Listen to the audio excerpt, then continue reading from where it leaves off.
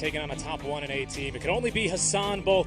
It could only be OG taking on Quincy Crew here, and of course it could only be on Stream B for the ESL One Summer 2021 main event, powered by Intel. So you can strike an Avo Plus. Joining you guys on the call for today. How's it going over there, Avo? I'm excited. This match had to happen on the B stream, of course, the better stream of Quincy Crusade for the battle of brothers here between Samael and Yawar. Very excited, honestly, about this. It's been a long time so you get to see these two guys compete against each other. We didn't get the chance in the major, unfortunately, because Liquid didn't make it through the group stages, and now they're back. Let's see who the better carry is going to be. Yeah, I'm super hyped for what's being coined as Hassan Bowl. Of course, in case you're somehow not aware of this, Sumail, the younger brother of Yawar, each going to be taking the safe lane carry role respectively, both for OG and for Quincy Crew. Man, I'm excited, especially because OG yesterday during Nigma, I mean, these two teams always deliver when they played against each other, whether it was OG and Liquid back when it was that iteration of the team, or OG Nigma. Game 3 was just absolutely incredible. Saksa was playing absolutely out of his mind. But just giving Seb Timbersaw, man, giving him a hero that he can just be so aggressive on just seems like such a dangerous option here.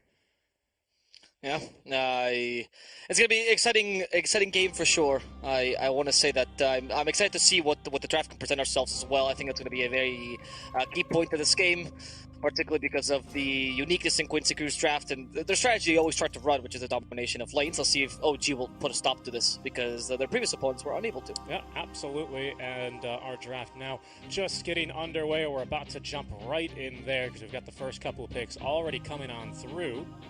Yep. So without further delay, let's get underway, boys. Hassan Bull, game number 1, draft now live on your screen. OG already picking up that Ancient Apparition and DK combo, whereas Quincy will go for that Lion and Venom. Okay. The Venomancer, a very popular pickup here for Quincy Crew. I've always mentioned this, but Beast Ghost loves Lelis, of course. They have a very lovely nickname for him that I cannot say on stream because, as most Beast Ghost nicknames, that is sadly offensive. But they always told me that Lelis is very used to winning his lane. He wants to win his lane. They always try to pick him lane dominators for that very reason, because they just want to make sure that he can snowball into the mid game. And if you give him a good lane, Lelis will snowball well and will also dominate that mid game relatively easily. So it's exciting to see that. That's why the Veno, the Viper, are the popular picks for him. However, I am surprised at picking up the Veno this early. They can still flex in an SVG. They have done this before, but it is surprising to see the Veno without a carry picked up. Yeah, a bit. It seems like Quincy, this is like very much a comfort style of drafting for them. Just kind of picking, especially with 4th pick overall in the draft, giving Lelis, just a really strong laner, something that is going to need either a bespoke response out from OG, or he's going to kind of ruin your carries early game. Usually this is done via the Viper, as you pointed out, but OG taking the step to go ahead and actually get that one banned out here. Taking a look at our second phase bans now, it looks like we're focusing a bit more actually on the carries, as we see the Dusa yesterday. That Sumail wasn't, he's not really a big fan of the Dusa. I think he thinks the hero's a little bit boring to play, but also banning out that Nature's Prophet as well as the Drow Ranger, just to make sure that the Veno has got some of his bases covered here in terms of the lane counters. Yeah, exactly. Like it's a good pick to protect, right? I mean, you're in a good position to protect the pick. It's the 8th pick overall, 4th pick overall, but if you look on by Captain's Mode terms, the 8th pick overall. So you get the 3 bans to protect him, and in worst case, like I said, you can always flex it. So at least you're stopping also carries that OG might want to run in general. It's an idea. I don't know. I think that there's still a lot of options that can deal with the Veno. In fact, TB comes to mind as a good option, as a hero that used to be pretty good against Veno in the lane. Most people actually thought the Venomancer was great against TB due to the magical damage, but over time that got proven wrong. And we'll see. We'll see what OG decides to do. For now, they're concentrating on their ganking combo. I love the DK Hoodwink. I think this is an incredibly synergistic combination. 2 stuns, a really good setup for that sharpshooter, easy way to kill, easy way to also push down towers, something that Hoodwink kind of lacks, so Dragon Knight brings that to the table. And then you combine this with any other support that brings damage in. Lion is my favorite, but Ancient Apparition fulfills this role just as well, especially because he's a bit better against these tanky offlaners, or tanky heroes in general. So I think OG start is very powerful. Hoodwink DK, my favorite start in general. to run Dota nowadays. Yeah, I'll just say this for the formality of it. I do suspect that this is going to be a position for Hoodwink for now. But OG, of course, yesterday they did draft and won Game 3 off of the tops in mid lane. Hoodwink, they've ended up flexing the Mars back to position 5 for No-Tail, who absolutely killed it that game as well, I should add. And it was just overall a really, really chaotic game. It almost ended up losing, but they brought it back. They just, fought just a little bit too well there towards the late game. Clockwork will come through. So I think that's something that, of course, Quincy crew, having, they lost their first game of the day 2-0 to T1, they were probably watching in preparation for that match. So that'll be fresh on the minds of course, all the OG fans, but also Quincy crew. Interesting point of the Clockwork. You lost the flexing potential now, so if OG were to counter you, this puts you in a pickle, of course. But the Clockwork does prevent a couple of picks that also give tempo. Clockwork is great if you're also considering the enemy team might go for one of those glass cannon mids, which of course Thompson does love as well. So that prevents that pick preemptively. It is a solid pick for getting ganks as well, for obvious reasons. I don't mind it. It gives you some vision potential as well, which is great against the Ancient Apparition and combined well with Veno. But I do think that flex potential was important here. OG could punish this Veno now pretty hard with a good carry. You brought up the TB earlier, and I still think TB, it's looking a little scarier now with the Clockwork, because, of course, just being able to get control through you, especially if it's a position 4 clock, maybe even twice with that Aghanim Scepter granting overclock, being a little bit scary. And we do have already a couple of other answers to the TB, especially Lion. We've seen the prominence of Lion as a response to TB, especially with that Aghanim Shard build, just making TB's illusions very, very difficult to maintain in these fights. Yeah, we'll see. I don't know. It's a potential for OG. I like the idea. It depends on how confident they are in that pick against the Lion as well, as we've mentioned. I think against Clock you're fine because you're an illusion hero. Maybe you don't want to pick it now because I also think there are other options for carries that might also answer the Veno just fine. I mean, Naga's another good option that also deals with Veno and wing with Clock. Not a very popular one, that said. There's Necrophos for now, so like I said, they're keeping that option for the carry open. It could be a carry Necrophos, but I'm assuming this is going to be a flex for the 3k. Put him mid, put him off lane. I'm fascinated by the Necro, though. What's the idea behind it? Not very good against Clock, not very good against Lion either. Veno's got plenty of magic damage. I mean, at least it's something that if you can get an Ice Blast onto the Clockwork, maybe just a Breathe Fire onto him, or in the early game, you can just Reaper Sight them and immediately remove him from the fight. Being a strength here. I mean, there's that to be said about it, at least looking at a little bit more at the team comp. But you're right, when it comes down to the hero itself, he does tend to struggle a little bit. We'll see here how Quincy are going to respond. Again, with the amount of experience that this OG roster has, it's always a little bit difficult, not only, of course, being on a draft panel for their games, but also drafting against them, because you're never really sure where they're going to end up taking things. As Quincy, they take quite stand. There's the Wraith King. I think this is the best option because we are pointing out the strength of this lineup. OG has incredible single target catch and single target removal. They're pretty much going to murder whatever hero you pick up here, right? So the only hero that can deal with this is the hero with 2 lives. If you not even abandon is possible here because Ancient Apparition will cancel him. I think Wraith King was honestly the only viable pick. Even if it's not a hero that Quincy crew plays all the time, it's definitely not something that comes to mind. They have run it once or twice. Honestly, anyone can play Wraith King, and it deals with this insane catch pretty well.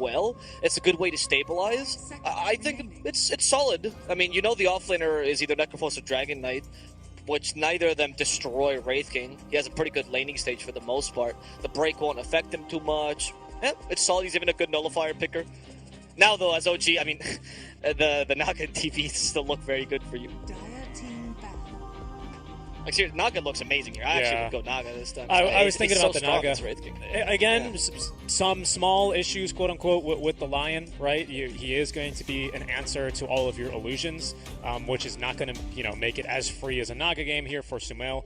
You can't just, A-click all of your illusions and chase down supports, while continuing to farm the jungle, because the Lion will be able to handle that. But the core-to-core matchup is very, very strong indeed.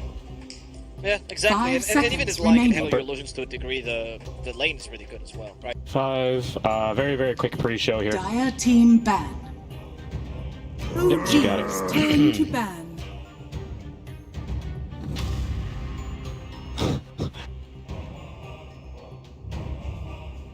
Ten seconds. Yeah, but that's kind of your vibe, to be honest.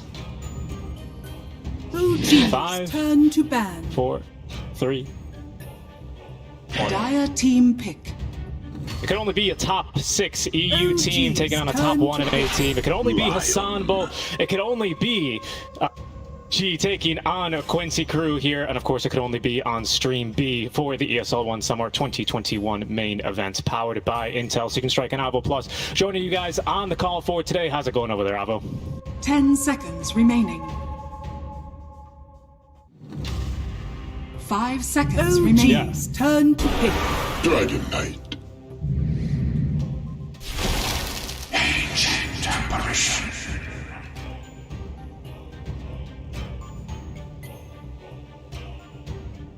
Yeah, I'm super hyped for what's being coined as Hassan Bowl. Of course, in case you're somehow not aware of this, Sumail, the younger brother of Yawar, each going to be taking the safe lane carry role respectively, both for OG and for Quincy crew. Man, I'm excited, especially because OG yesterday during Nigma, I mean, these two teams always deliver when they've played against each other, whether it was OG and Liquid back when it was that iteration of the team, or OG Nigma. Game 3 was just absolutely incredible. Saksa was playing absolutely out of his mind. But just giving Seb Timbersaw, man, giving him a hero that he can just be so aggressive on just seems like such a dangerous option here. Dire team ban. Venomancer. OG's turn to ban.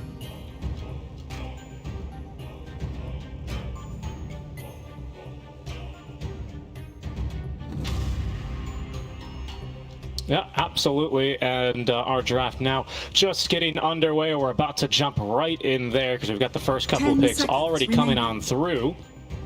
So without further delay, let's get underway, boys. Hassan Bull, game number 1, draft now live on your screen. OG already picking up that Ancient Apparition and DK combo, whereas Quincy will go for that Lion and Veno.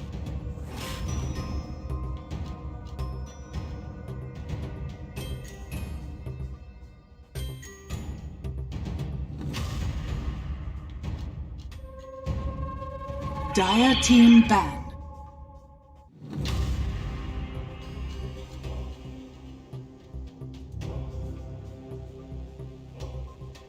OG's turn to ban.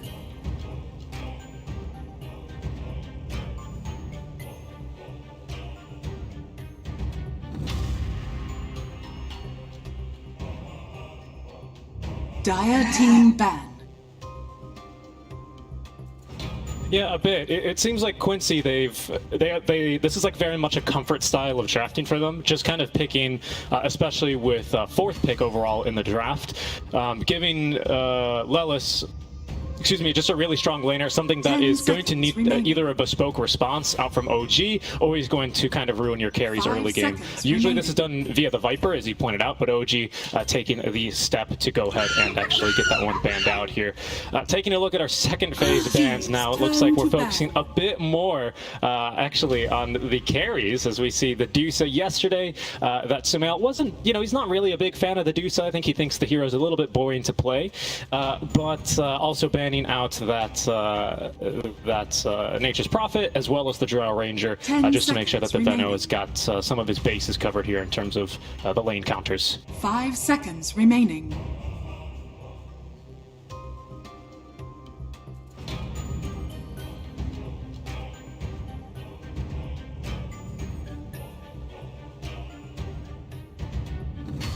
OG's turn to pick.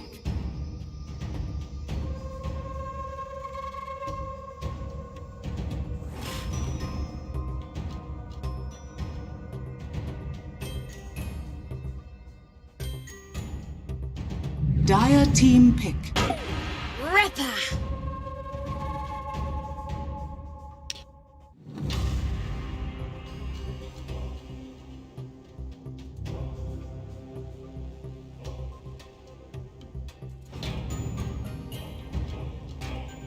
Ten seconds remaining. 5 seconds remaining.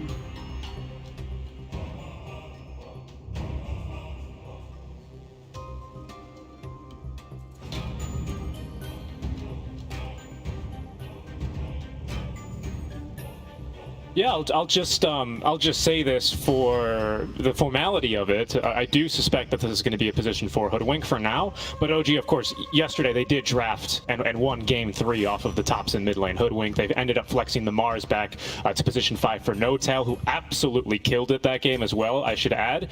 And it was just overall a really, really chaotic game. It almost ended up losing, but they brought it back. They just, fought just a little bit too well there towards the late game.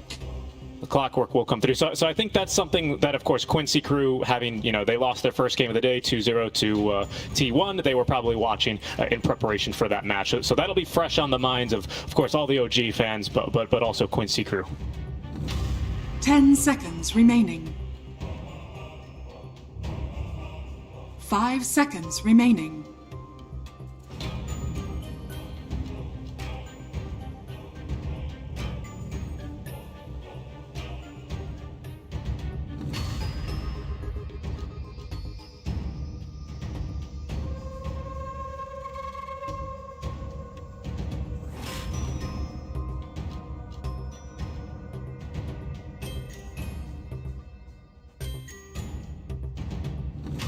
You brought up the TB earlier, and I still think TB, it's looking a little scarier now with the clockwork.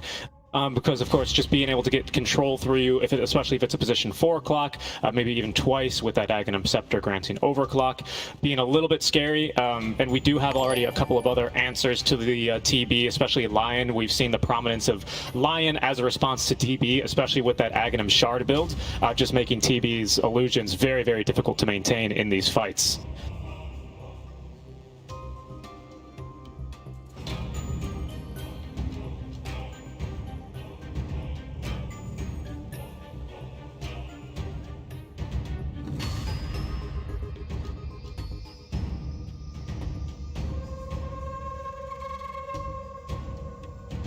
Dire team pick.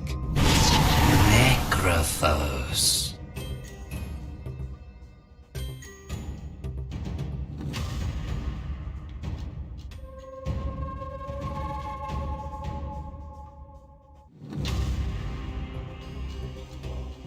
Ten seconds remaining.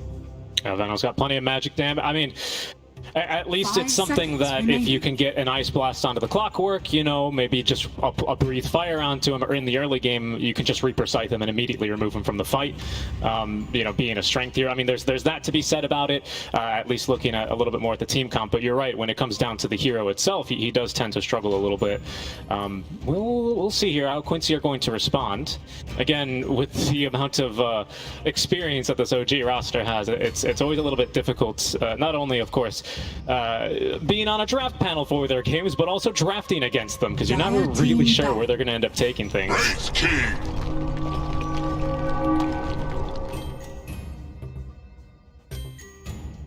OG's turn to ban.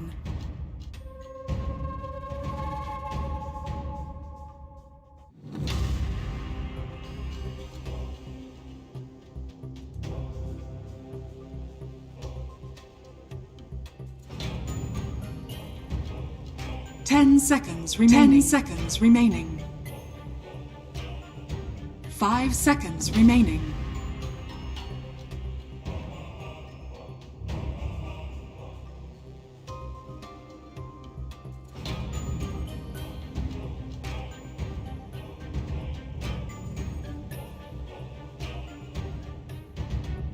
Dire team ban. Yeah, I was thinking about the Naga. Again, some small issues, quote unquote, with the Lion, right? He is going to be an answer to all of your illusions, which is not going to, make it as free as a Naga game here for Sumail. You can't just, A-click all of your illusions and chase down supports, while continuing to farm the jungle, because the Lion will be able to handle that. But the core-to-core matchup is very, very strong indeed.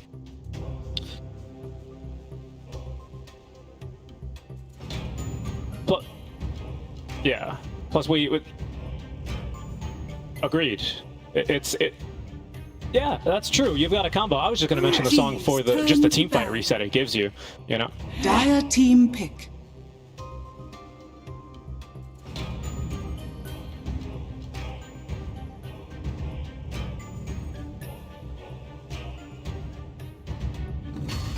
I honestly, I could see it here.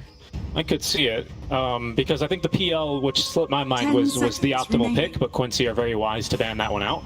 Naga Siren, I think, does similar things, but we just need sustained damage in these fights, to be honest. We need, ideally, an illusion hero and sustained damage, not all in one burst, because you've got that covered squared away, and you don't want to pick 5, ultra nukers versus a Wraith King, because eventually he's going to come back on that second life, and you'll have nothing for him then. OG's turn to pick. Bad Rider!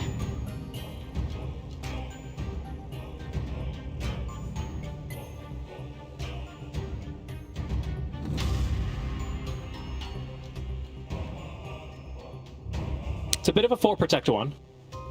I agree, especially with this pick now. Yeah. Choose your hero. Yeah, I mean, I think back then we should have probably called the PL, to be fair, right? But it was banned out, so Quincy, or sorry, rather OG, forced to go with the only other illusion hero really left here at this stage. Still strong versus the Bat Rider. It is going to be this mid lane pick. The concern I have, though, for Quincy crew is it is going to be a bit of a 4 protect 1. At the end of the day, even though you do take Bat Rider in that 2 position, he's more of a utility core. I mean, what was the game? I think what was it? It was a Wind Strike game I was casting with Rabel, and that man, he's another up-and-coming star mid laner out of the Eastern European region. We saw Lorinov on this channel yesterday, unfortunately get 2-0'd. He's another up-and-coming star.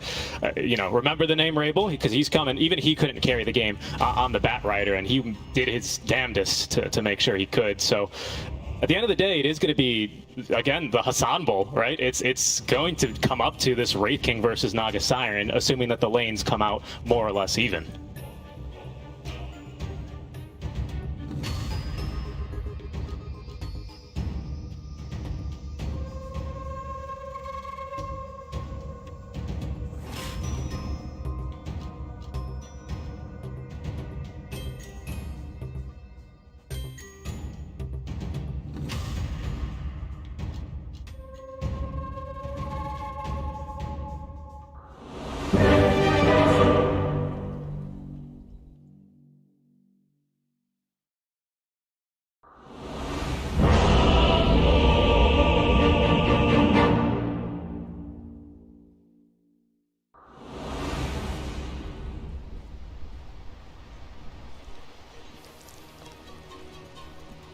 Yeah, position 4 DK is actually pretty normally run, I want to say, in NA. I think 1437 was very keen to spot off his win rate on the hero, which was impressive, of course. The Div 2 Slayers, so shout-outs to him, but I think it's a little bit more regular out there. Yeah, I do like it as well, because now you're going to avoid what was a pretty nasty, 9th pick Bat Rider here. You didn't really have a lot of solutions to it, and at least now you're not going to give him a bunch of kills while also shutting down a mid laner. Thompson ought to be able to get a bit of farm out here, compared to if they threw him on the Necro or the DK.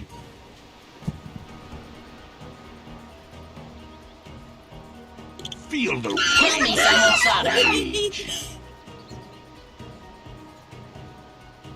30 seconds to battle.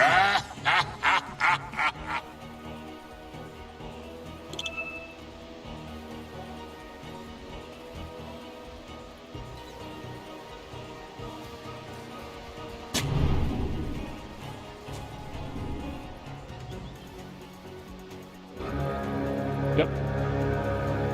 The stench of death. The stench of death is upon you. Yeah, that's always going to be a threat here to Quinn.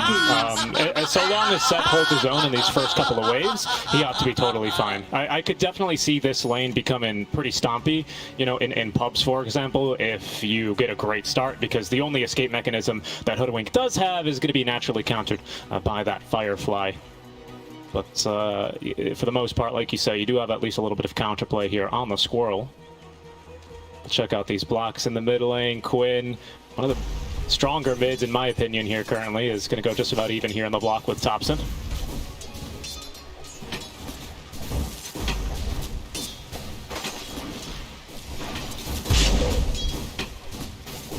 Denied!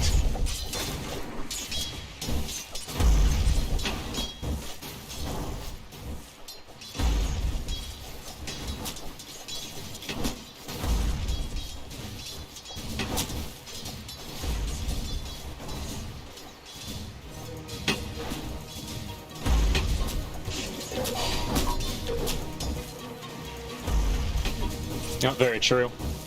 I will say something that's at least nicer here for Topson is the fact that the stacks, individual stacks of the napalm no longer slow you by the 70% at level 1, because of course as a ranged hero with the worst base attack time in the game, that would make the lane a little bit more difficult. So at least these early levels he's managing to find a couple of CS here, 2-0, compared to the 6-1 thus far.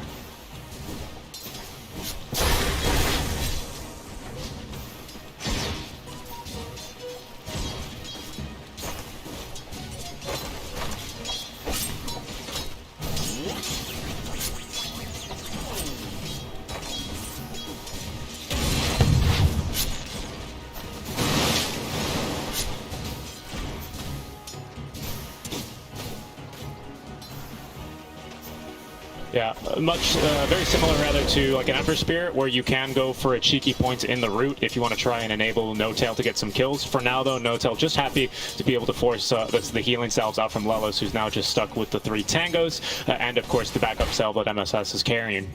Top lane, LOA actually, of course, second point in the manage range, just looking to make sure that he can minimize Seb's regen here and his CSing with the Death Pulse. That's going to be mighty annoying for him. Saksa, of course, is going to struggle to close the gap to the Lion, but if he actually can get in his face, LOA is not going to be too happy to be exchanging blows with him.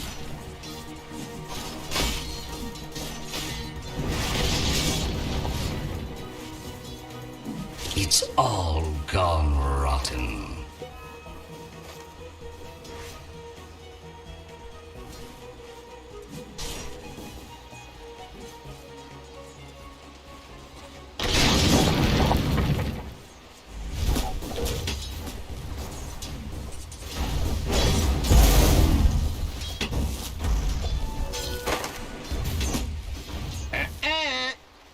Topson's falling low, of course, but he's now got the full upgraded magic wand, even delaying the bottle in favor of making sure that he can get all this regen. Of course, playing versus the Bat Rider, basically a free stick lane.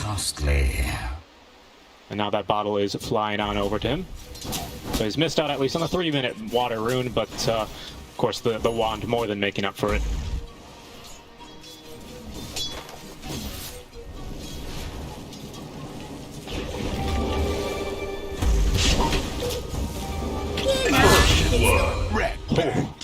First blood.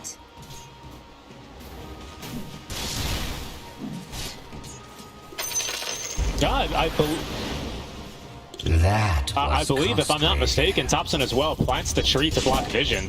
And of course, having already used Flame Break and with the tower providing you vision as well as the Acorn Shot tree itself, Topson was very easily able to secure that kill. So really, really nice play there.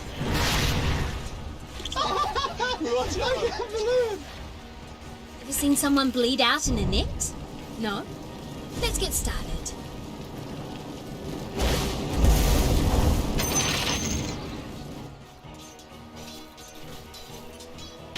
Oh, he's gonna steal his bounty, I think. Oh, he thought about it. He thought about it.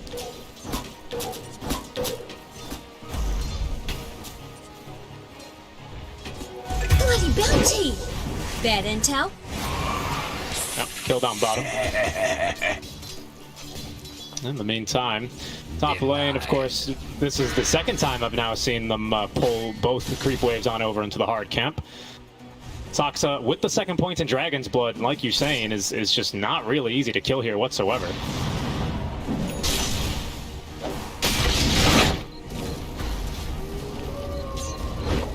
Topson, missed the bushwhack.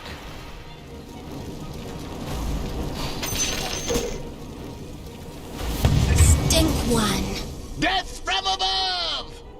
Alright, steady bumpy bee.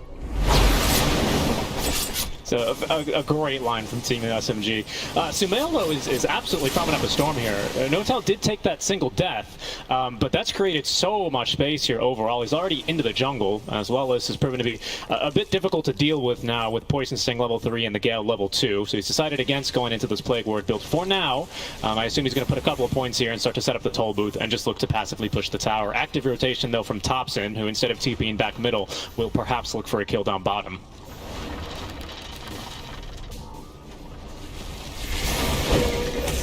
Caught you in your stubby step. Incoming! I only wanted to kill. everyone. Yep, we're watching it. No-Tail might exchange his life. They've got another bushwhack in 5 seconds. I suppose Thompson might look to chase, but MSS with boots is going to be able to easily outrun the squirrel. Nice kill down there. They just simply weren't expecting the rotation. Velas was more than willing, of course, to fight the AA, assuming that the squirrel rotated back to the mid lane until he saw the bushwhack coming from. Not much he could do after that.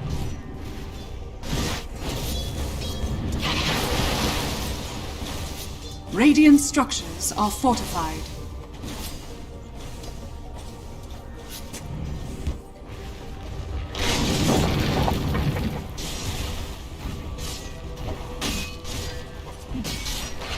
Yawar's lane, though, has gone pretty poorly overall. 20 CS now. His tower is about to be taken here. Sock's at level 3 still, so he's not gotten any, or much experience, I should say. But Seb already up to level 6 here. There's the rotation from Quinn to relieve some pressure. With the DK, of course, naturally weak to the Bat Rider. We have Lasso to cancel the TP, but we won't need it. We have plenty of damage. It'll be the first death here for the DK.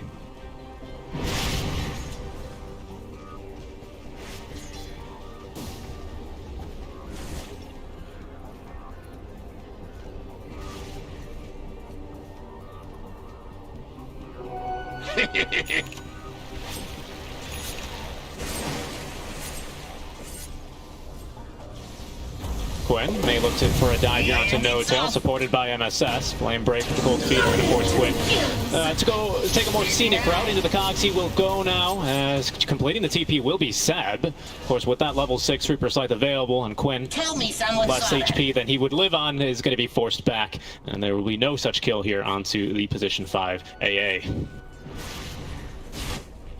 Relieving pressure, though. That rotation, that play from Quinn does relieve a lot of much-needed pressure onto top lane, as you are finally able to at least get some alone time with the creep wave.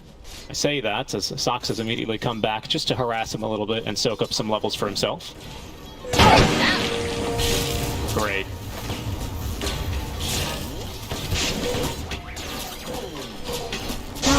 Regeneration!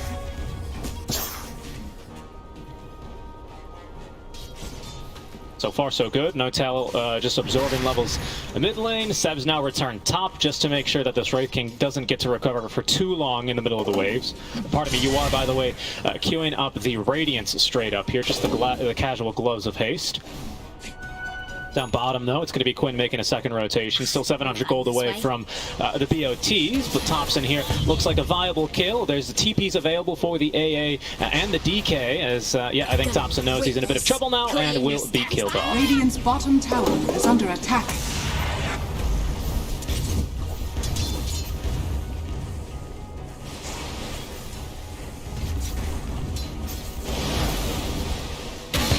Rack it on!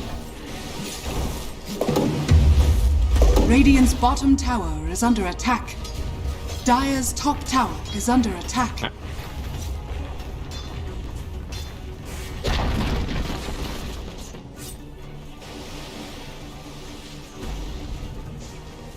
Money Yeah, very true. changes. Ice Blast is going to look bottom. It will be able to scout Thompson out. Is under attack. Bliss may look to turn. Oh, true. I did hit the tree. I can't believe you just stood there. Of course I underestimated you. Look at you. Ooh, got a bet. Radiant's bottom tower is under attack. Yeah, that's going to be the second back-to-back death here for Thompson. Down bottom, TP now going to be on cooldown for another 40 seconds. So it's the walk of shame back to one of these lanes. Holloway and Soxa just again continuing to get more and more more levels here in the mid lane. Is that BOT's finished now for Quinn? Indeed it is after that second kill. So he's 3-1-1 on the Bat Rider with a 10-minute BOT. He's not too bad for himself here. Radiant's bottom tower has fallen.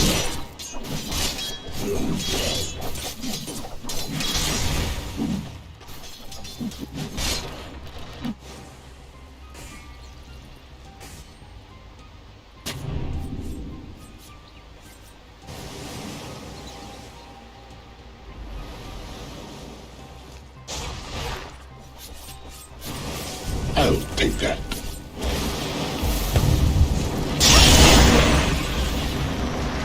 Oh, Stompy?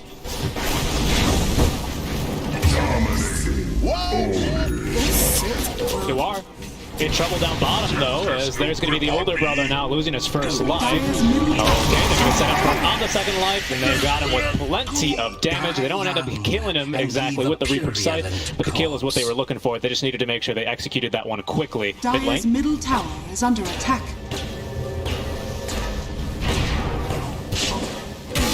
And it's off.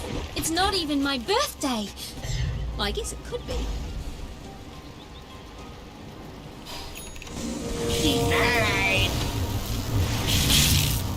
Yeah, indeed.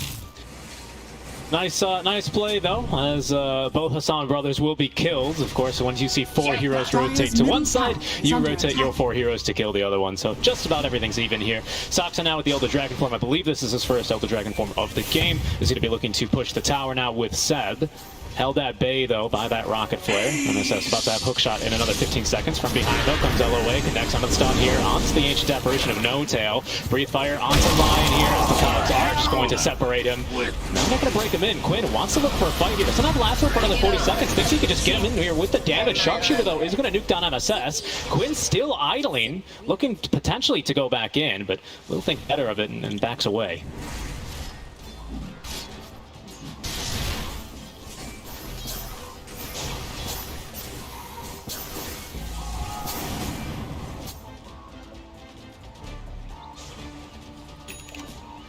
For the treasury.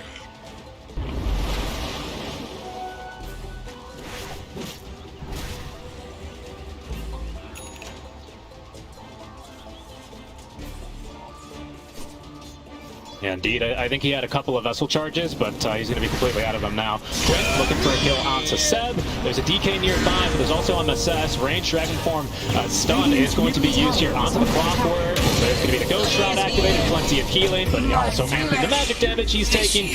Quinn easily getting the kill there. Might look for a +1 onto Soxa, as Ice Blast is going to be used for Lelis. Unfortunately, the Bushwhack just pushes him outside of the Ice Blast, but it's okay. Sharpshooter to secure the kill was ready for Thompson. Yep.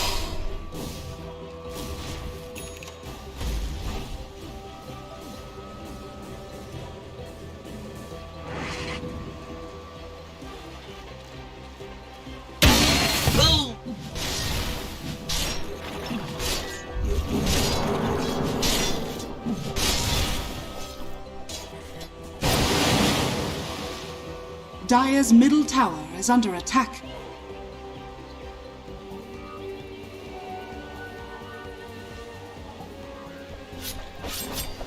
Camille, who, by the way, is just about to finish up now, has just finished off his Manta style, so he's got that secondary Dispel. Pretty similar cooldowns on these bad boys, what, 34? 28 seconds to the 30 seconds. Plenty of illusions, double Dispel available for him. Is going to allow him to man up a little bit more here, especially versus this Bat Rider if he needs to.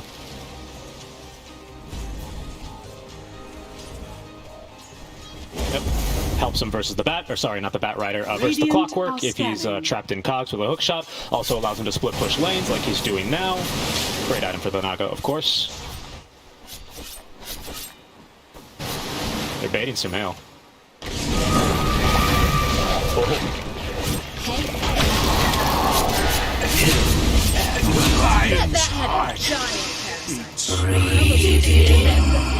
Nice one, bro. They absolutely did. A really, really nice play out from the likes of OG. They know that Quinn is just going to be looking for these kills. Under attack.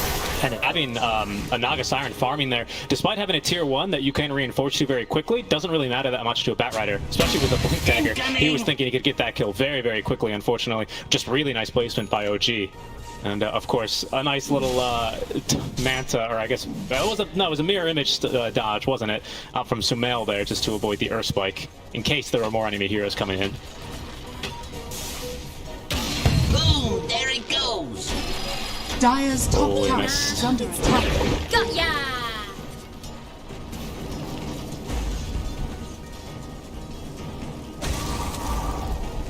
Yeah, nah, it's not.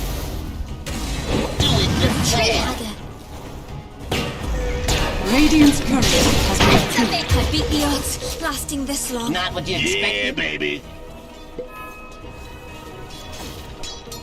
Yep, down he will go. Mid lane, though, in the meantime, Lelis in a bit of trouble. He's got plenty of playboards down, but not going to do much to stop Seb, who will throw out that Reaper's Sight and collect the kill on Lelis.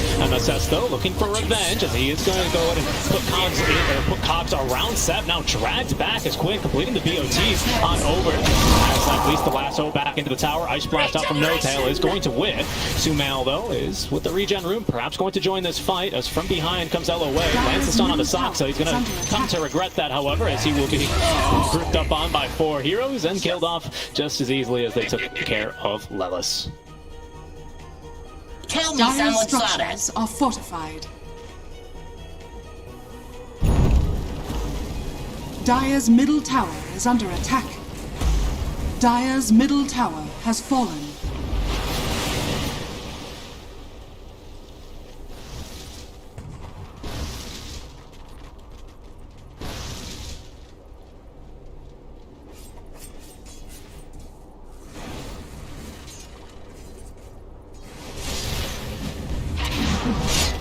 I will say, though, this has bought plenty of space and time for Yawar. Unfortunately, his farm is a little bit lackluster, as he's been kind of overshadowed just a little bit by Thompson.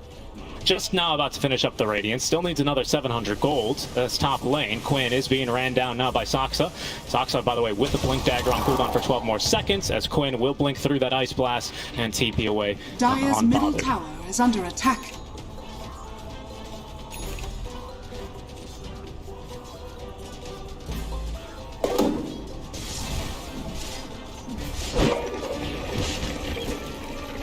Yeah, you gotta work Thompson? for it. Nah, it's Okay, not. just trying to snipe the kill here onto Yawar. Will struggle to do that, although Thompson now trapped inside the cogs. Yawar gonna go in and walk on over. Quinn has BOTs at the ready. They're not even gonna need him. Hookshot will be able to punish Thompson. Radiant's top tower is under attack. Lasso? Oh.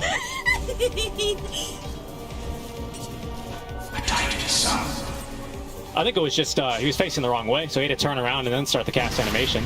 Nice stun out from Saksa. I think it...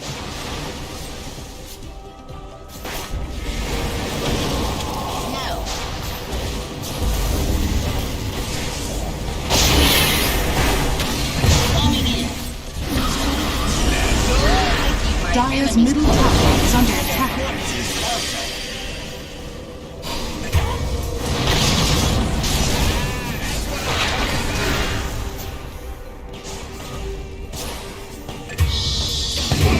Pustules burst.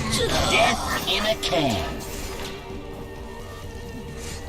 Radiant's middle tower is under attack. Radiant structures are Yeah, and fortified. at a great time to show up to fight as well for Yawar, who's just finished up, and in that fight reveals the Radiance is completed, so he's got plenty of damage. Of course, Nagasiren's dealing with that miss rate, and just great plays out from the Clockwork to make sure that they can secure all of these kills. The early kills, of course, refilling the vessel, use those for the kills onto Seb, just... great fight. They get the tier 1 tower, and this is going to open up the map here a little bit. We can already see Lelis setting up plenty of vision, just looking to get ready to fight. Rock it on. Oh my.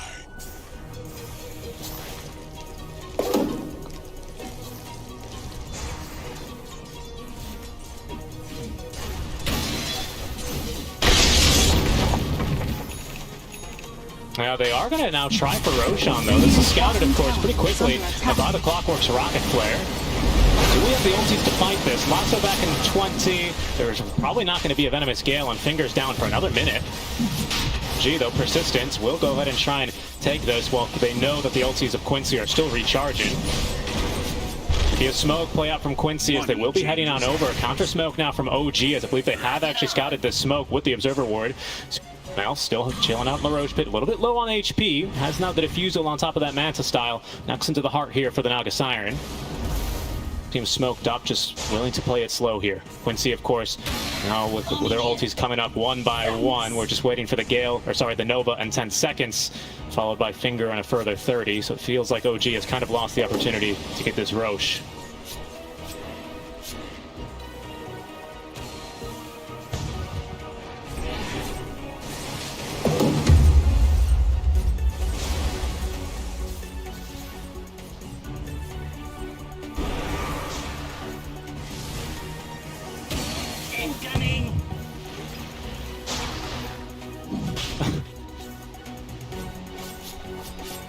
Well, it's worked. Yawar is going to split off and continue farming top.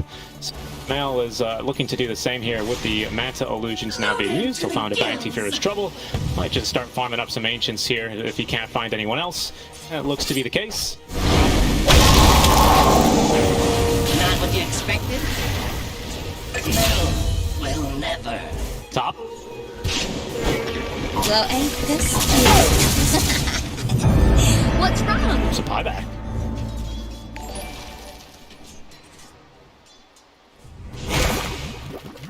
There's a Hex onto Seb in the river here. Quinn with the Blink Lasso at the ready, but he's holding off. You know Sox is nearby with the Blink and Dragon Tail at the ready here. Would have to really play that carefully. Seb, of course, has the Lotus Orb at the ready, and we've seen some pretty nice Lotus Orb plays here from Seb 2 days ago when we last saw him here on the B stream.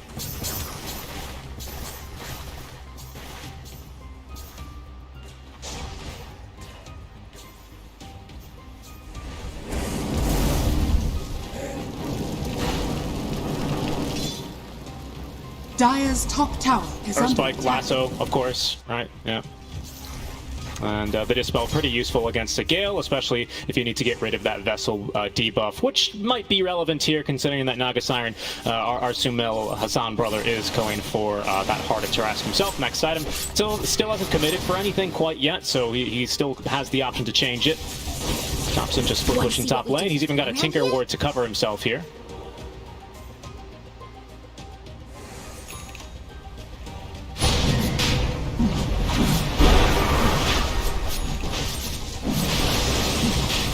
Yeah, and actually, QUINCY are still hunting for a squirrel up top lane. They might not know. They've used Rocket Flare up top, and OG know about it, so I think they're just everyone into the Roche Pit right now.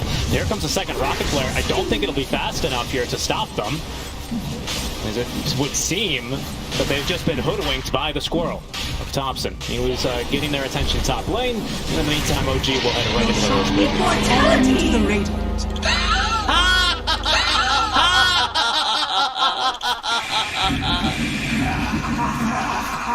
Radiant are scanning.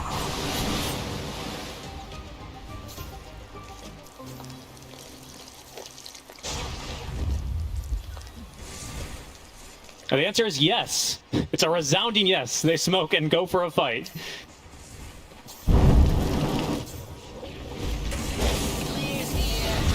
Double damage!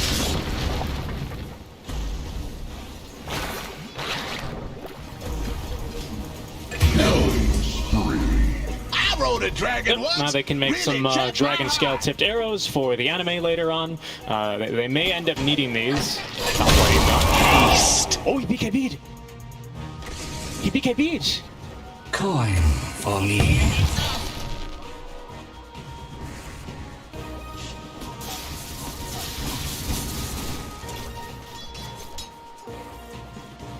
Radiant's middle tower is under attack. It's such a nice Aghanim Scepter, actually. Just really amping all of that damage that you end up taking. And of course, with all this burst, even if, I mean, I guess the only count to this is going to be the Aeon Discs eventually. QUINCY, though, in the meantime, are going to be a little bit disappointed to have, revealed the Batrider BKB in such fashion. Unfortunately, it didn't really last long. I only knew he used it because of the sound.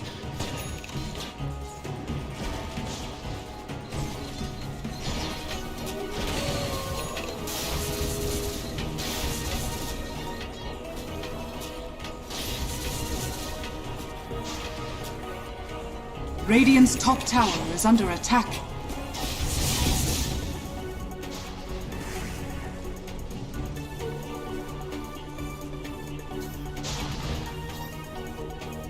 Blast once again, looking to set up for a kill onto Lelis this time, as they will connect. Also scouting MSS there with the projectile, but they won't be able to. Oh, maybe they will actually. Sumail with the heart completed and an Aegis in hand might look to go for a bit of a dive as he cuts the wave.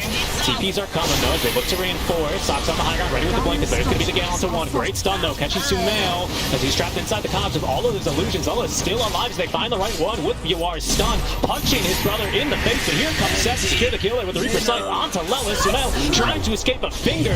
Will fall here, as now even Thompson scouted in the trees. Of course, nothing stops the sharpshooter, but he couldn't actually turn. There goes Thompson, killed off now as Yawar pops the BKB. Another stun onto his brother. Saksa, in the meantime, is going to be saved as Sumail looking to refit this fight with the Song of the Siren. Meantime.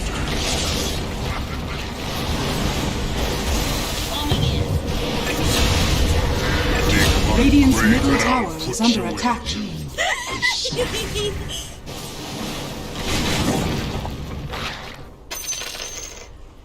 Oh, he did.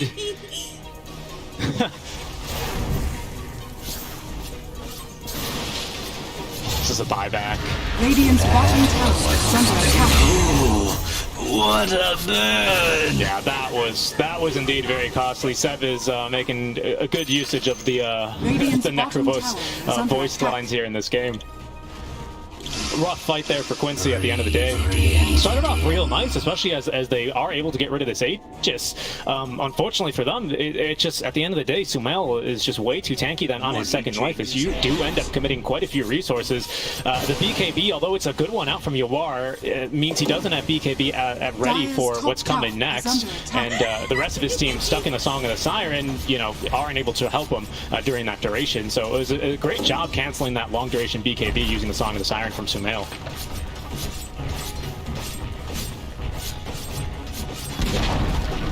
Dire's top tower has fallen.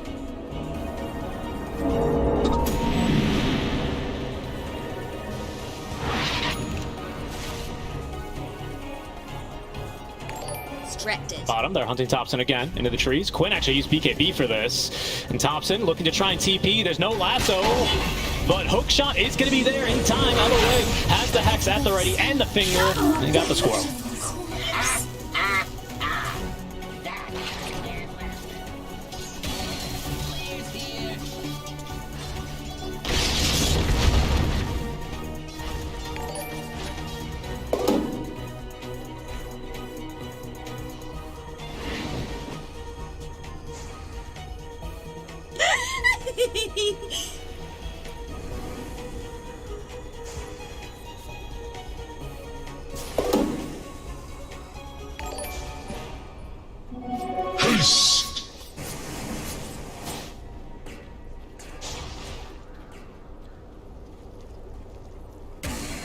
And so far, it's been working out.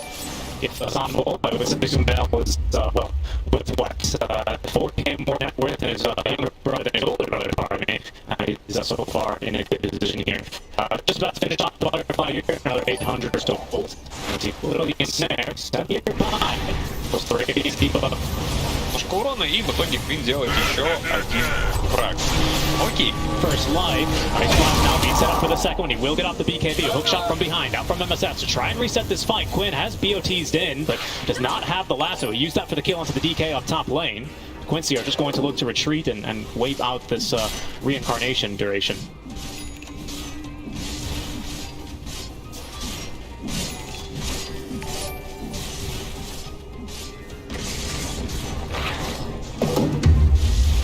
There's LOA now with his shard. Speaking of those, by the way.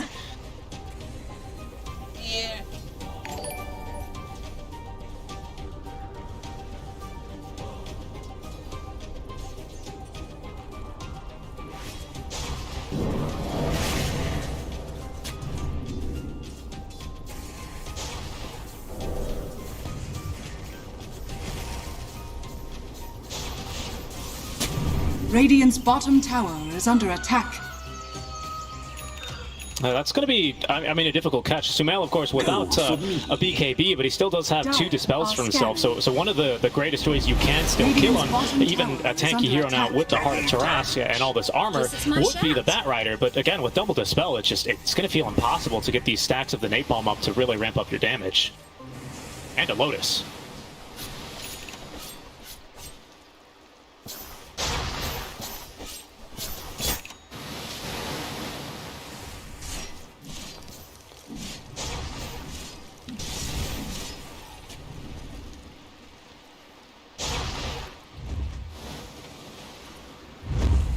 Smoke play here, coming out from both sides now.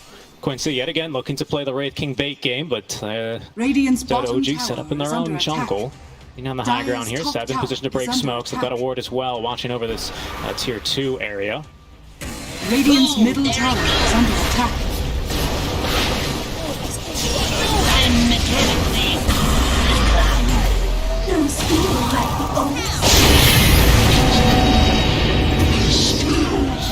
Radiant's middle tower has fallen. We have hook shot. Incoming!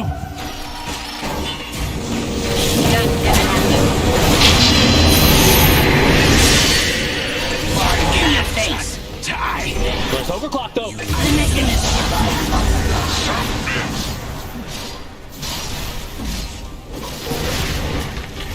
Radiant's bottom tower is under attack.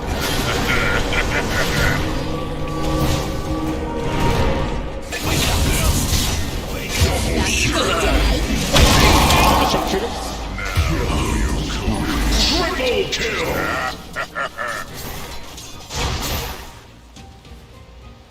Radiant's bottom tower is under attack. Yeah, 4 because the dieback there on the clockwork, I would argue. But what a way to reveal that Aghanim Scepter. Like I said in the draft, this is normally what you rush on the position for clockwork, and that's exactly the reason you do it. Sumail out of position once, and then he's just going to be perma-stunned into his death. His team zoned out by those cogs after a great buyback into the hook shot. That's just always such a threat because you can hook shot in from outside of the Song of the Siren range, as we saw. Made it just impossible for OG to cleanly back away, despite having one of the best disengage tools in the entire game.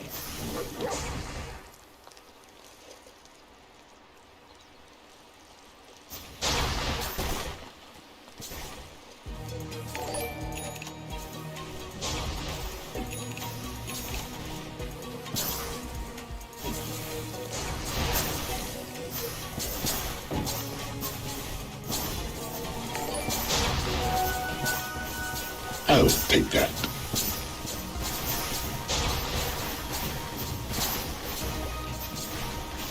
Yeah, initially a really nice aggressive dive out from the likes of OG as well, but it's really the buyback on the clockwork that turns this one around. You can see, like, as soon as that buyback comes through, Song is very quick to come out, but they just know that they can't just start TPing away straight away. That's simply not an option for them here. And yeah, just dividing and conquering. Seb unable to apply the Lotus to save his ally, and that's going to be Sumail taking a pretty costly death here.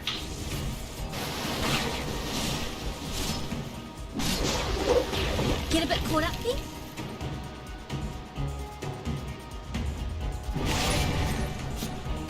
Smoke up again. That might be a good jump. Instead, they're going to look for these backliners. Fortunately for them, OG are retreating and covering their backliners pretty darn nicely. Saksa, it might end up working. Second Roach is up. The Quincy crew, they find themselves on the high ground, but they'll know that hook shot came from the other side now. As they're on the side to try and reset the fight, but you are quick on the BKB, trying to burst through Seb. He's going to get the 4-staff, and now both the Ghost form away to make sure he can survive. Brute will hold down Lelis for a while. Seb looking to now reinitiate. Lelis popping the BKB, looking to zone away the Necro though for now. And Sumail fighting these skeletons will not be able to get his way up back into the triangle.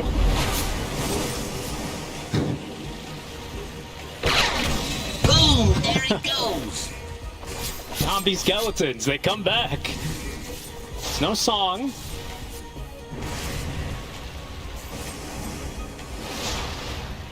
Yeah.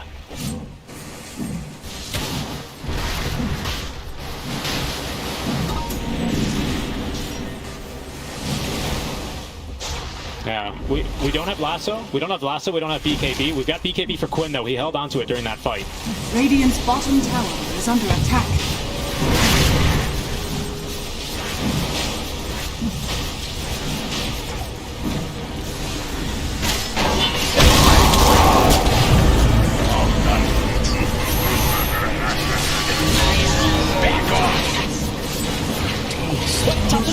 What's happening to the Radiant?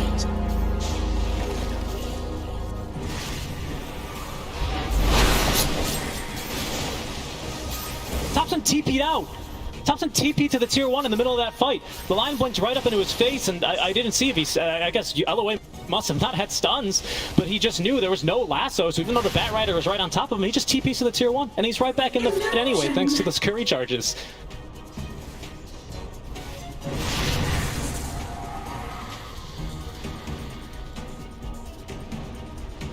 Dire's middle tower is under attack.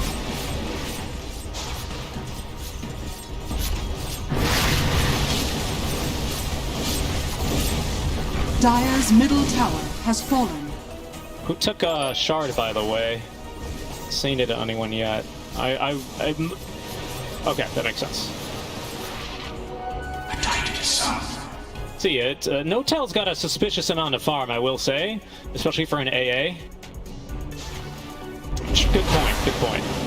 Top lane, Quinn and Thompson fighting. Things are easy, eh? I got something to show you. Dire's bottom tower is under attack. I blast. Dire's bottom tower is under attack. Yeah, I'm just watching this replay now over from that last little engagement. Hookshot having to be used there just to try and counter-initiate, maybe save the first life of Yawar. It means that they didn't have it to contest Roche, so that's why Sumail's not in this fight. But yeah, Thompson just realizing LOA didn't have a stun for me. There's no way that last was off cooldown. I'm just going to TP to the tier 1 tower. And he lives through a 4-second TP while the Bat Rider's just trying to burn him alive.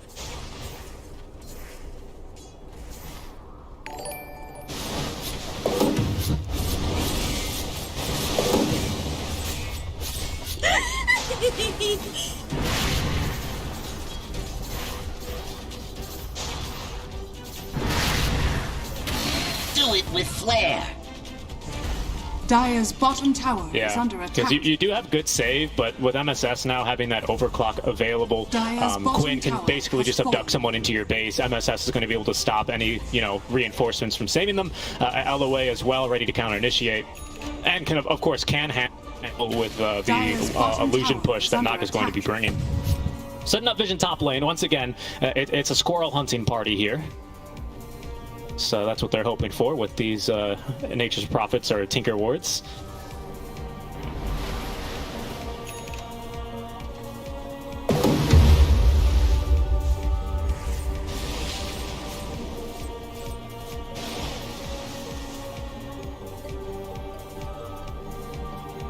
Yeah. And he's tanky too. I mean, a lot of this does come from the Minotaur Horn, but he's got a Kaya and Sanj. He's got Power Treads. Okay, mid lane.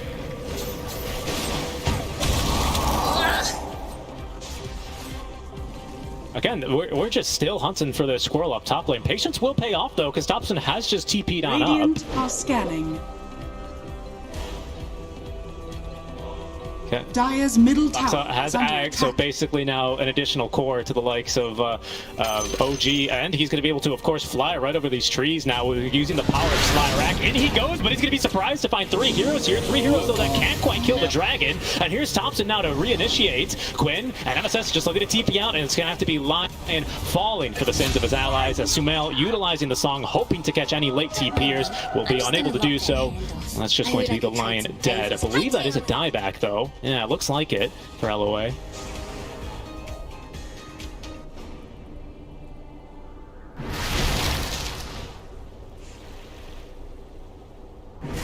By the way, Sumail picked up an Illusionist Cape. He's got Swift Blink now.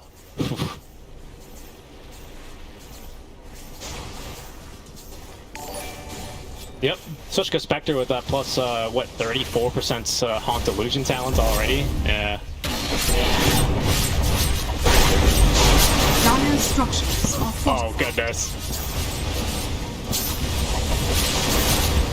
Yeah. And the reason we're seeing this now is because we don't have the Lion. Lion is the way to stop this from happening. But they even vesseled the illusions just to make sure they could get the tower. Or sorry, Guardian Greaves, my bad. Oh, the Lotus.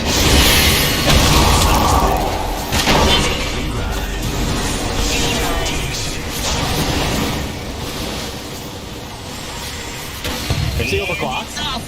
SS is just not going to be able to find anything here. 80 seconds now without Quinn. Because again, Seb just way too fast. Quinn finds himself just basically stunned and instantly killed, even through his BKB. KB delivered, but Lane of Barracks already down and out. Thompson. Dire's top tower is under was hoping for the kill onto LOA with the sharpshooter. Might as well. He's got. Oh, he got rid of the quickening charm actually, but short cooldown anyway in the ultimate. Might as well try for it. It's all Dire's gone. top tower has fallen. It's all gone. Dire's top barracks has fallen.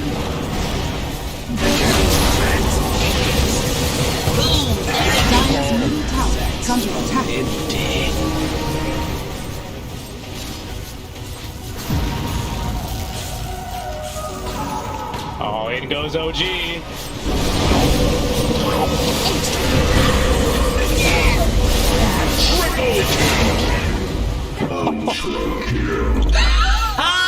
Dire's middle tower is under attack.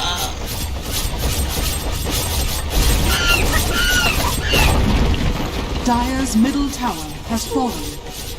Dire's middle What tower a way to go out as well, as Yawar ends up dying to the illusions of his younger brother inside of the fountain. Absolutely nothing he can do about it there towards the end of the game. Really, really strong game out from OG.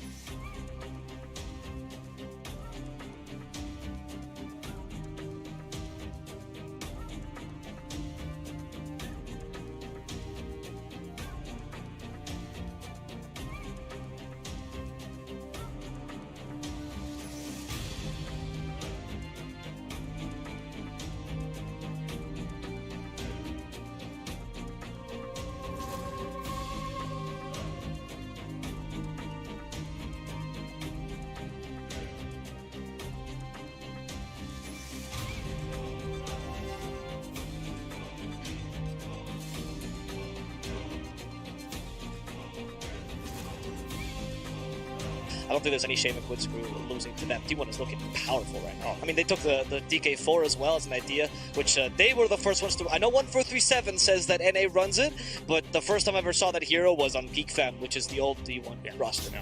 Well, we'll take a look now and catch up with OG's last game with one of the Hassan brothers himself. Let's go ahead and check in with Sumail to see what he thought about their series yesterday.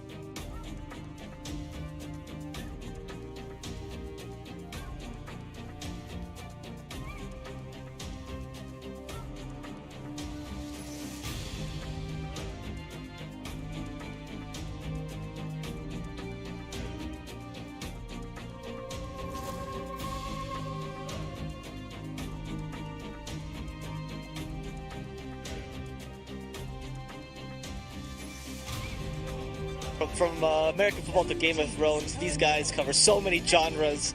And Quincy Crew, they saw last game, like, you know what? I do like that combo. I agree. And they start with, like I said, I think one of the strongest starts in Dota 2 right now, the Dragon Knight Hoodwink. Since now there's the first two picks, I can get to explain this a bit more. If you already know, just follow along. So the reason why these two picks work so well is because the Dragon Knight offers some really simple catch, which sets up for Hoodwink's insane amount of damage, so you can go for easy pickoffs. But Dragon Knight brings that tower push that allows you to catch even further and even more dangerous areas. Because Dragon Knight is a tank, he can actually tank for Hoodwink most of the time in these situations. So you're able to go really far, take good objectives, and pretty much kill anyone on the map. And on top of that, Hoodwink brings some really nice dead lane control that Dragon Knight sometimes lacks because he doesn't have that kind of...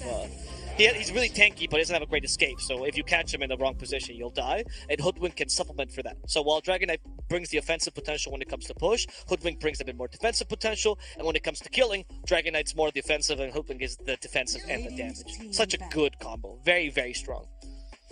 Now I'm considering where OG are going to be looking to lane this Axe or how they're going to be looking to play it. During their win yesterday, ILTW, the Giga Chad he is, made some really impressive plays on the Axe himself, nearly landing a double dunk onto a couple of heroes. Shut down by Sumail, though. Again, the reaction time on the King just a little bit too good for that, and ended up winning the game. But they definitely saw the strength of the Axe carry because as soon as they fought, they took a fight right around the 21-minute mark, and they just got completely crushed. That was Nigma all of a sudden seizing control of the game. What was the cause of that? Well, of course, it was going to be the Axe shard, right? That thing is just still ridiculously strong, even if in its nerfed form. And the Axe plus Phoenix is always a solid combination, right? Any sort of catch with Phoenix is nice. I think one of the strengths of the Axe Phoenix, which is actually very similar to the Trip Protector Phoenix, is that Axe is a BKB piercing disable, right? When you use Mars, there was a moment where if the enemy team had some Phoenix counters and they could activate the BKB, unless your egg was really well placed or you were really a good lineup against them, you had no control. And there was a point when this would fall off. Axe Phoenix, not so much the case. Yes, it's not as easy to execute, that's true, but it's still not too difficult. And you are a really, really good anti-BKB lineup, which takes away a lot of the options against Phoenix, like the Lifestealer Jug. Not as powerful when you have the Axe Phoenix. I like this combo too. I think it's a strong opener by OG. For Quincy Crew, there's more pickoff and pushing potential. For OG, the 5-on-5 is already looking like Yeah, like you said, I think something that's worth just highlighting is the fact that it scales. I mean, I know you said it, but just to highlight that a bit more, compared to other combos, compared to other offlaners that do give you a lot of the same amounts of control, like a Mars, like a Tidehunter would be, this is going to scale beautifully throughout the entire game. Plus, you've got an insane amount of healing now if we decide to go for the Holy Locket build on this Phoenix with Sunray, so it could potentially turn into something pretty crazy. This is also going to dissuade from another popular pick that we tend to see for basically, we saw it a ton at the Major, and that's going to be the Winter Wyvern, right? Another really powerful counter-initiation tool. It feels really weak to pick the Wyvern into the Phoenix, because usually Phoenix can just set up a Supernova outside of the Winter's Curse AoE. If there's someone Cold Embrace, he just sets up the Sun Ray onto them, and they don't have any Sun Block. They don't have the chance in the Cold Embrace, so they just get burnt alive. Exactly. But you can pick it together with a Phoenix. The only issue is then you're going to have an issue of catch, right? And Quincy could punish that with, say, a Stormfleet. They go for the Abaddon. Okay, already setting up for this idea. Nice little save. And we saw yesterday Viking GG, right? Running a similar lineup. What was it? Abaddon with... Lesh, I believe. With Lesh, yeah. It was with Lesh. But what was the carry that they were playing, though, in that game? They ended up playing... Was it that carry Doom game? It was. Was it? I know they did play a carry Shad Doom. That was against the... No, that was against the Darkseer. It was. That was against the Darkseer. Wait 1 second. I'll tell you in a second. Sure. I remember seeing this combo yesterday from Viking GG against Gambit. It was the Abaddon together with the Lifestealer, actually. It wasn't to deal with a Phoenix, but it was a similar idea against a Tide, just to completely cancel him. Could be an option here. I mean, Lifestealer is much better against Axe, even if you can catch him with Berserker's Call. Works really nicely with Abaddon for obvious reasons. But no, it's going to be more of an NA Classic, the Luna instead. Yep. OG knows how to counter this Luna. Your biggest asset is Luna is your movement speed. If you counter that with Surge, you put yourself in a pickle. And now we see the carry Axe coming into play.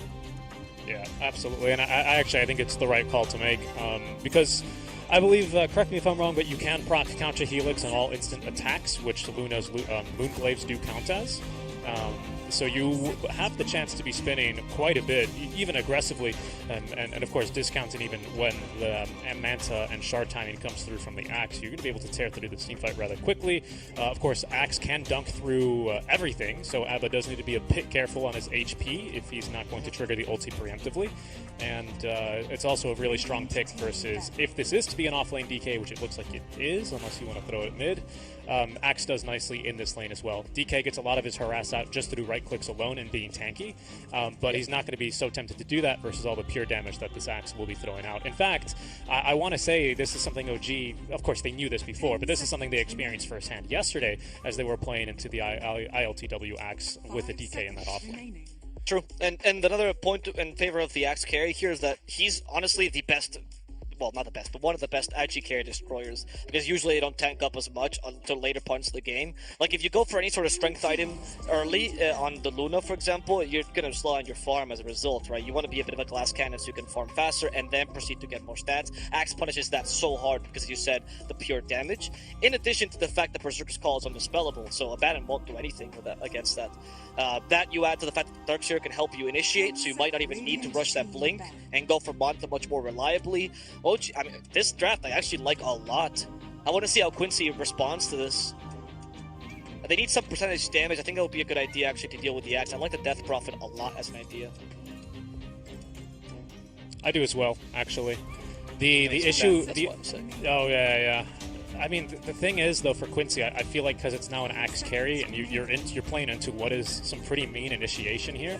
It's a lot of like skill dependent initiation with a hook shot, a vacuum, and an Axe, but it's all really, really strong if they do connect. It scares me a little bit because their best counter initiation is just having Abba. 5 seconds. Whereas Quincy Crew were eliminated 2-0 yesterday in their match versus T1. In case you guys didn't get to cover it, even though it was a hype-ass match, the major rematch here in the ESL One Summer event was a 2-0 win. Both really close games. I had the opportunity to really watch this game and was impressed overall by the way that Quincy were able to carry themselves throughout these two games. But I mean, 23 Savage is just such a damn strong player, man. This guy, he just always is seemingly making the right decisions, always everywhere around the map.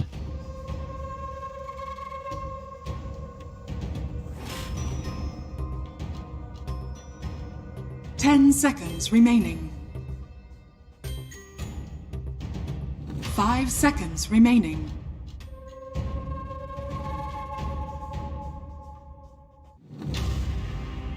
Oh.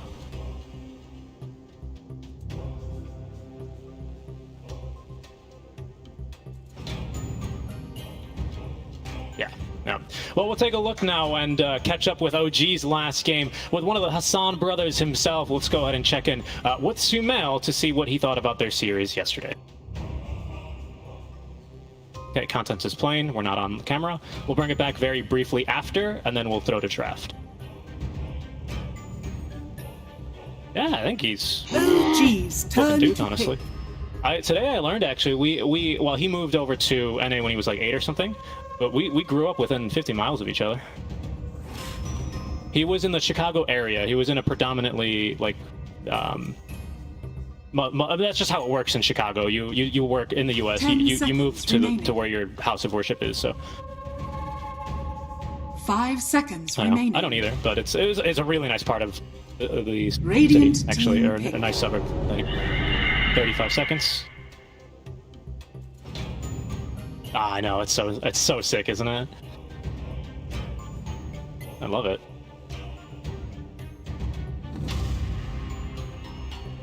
So he said that they haven't, he hasn't faced, basically all he says in this interview is he hasn't faced UR in a while. They haven't faced Quincy in over a year, but they're pretty confident. And in fact, he goes on to say that he respects EG a little bit more in this one. Not like in a mean way, but like, you know, he did bring the topic to OG. 5 seconds, back to cameras. 3, 2, 1.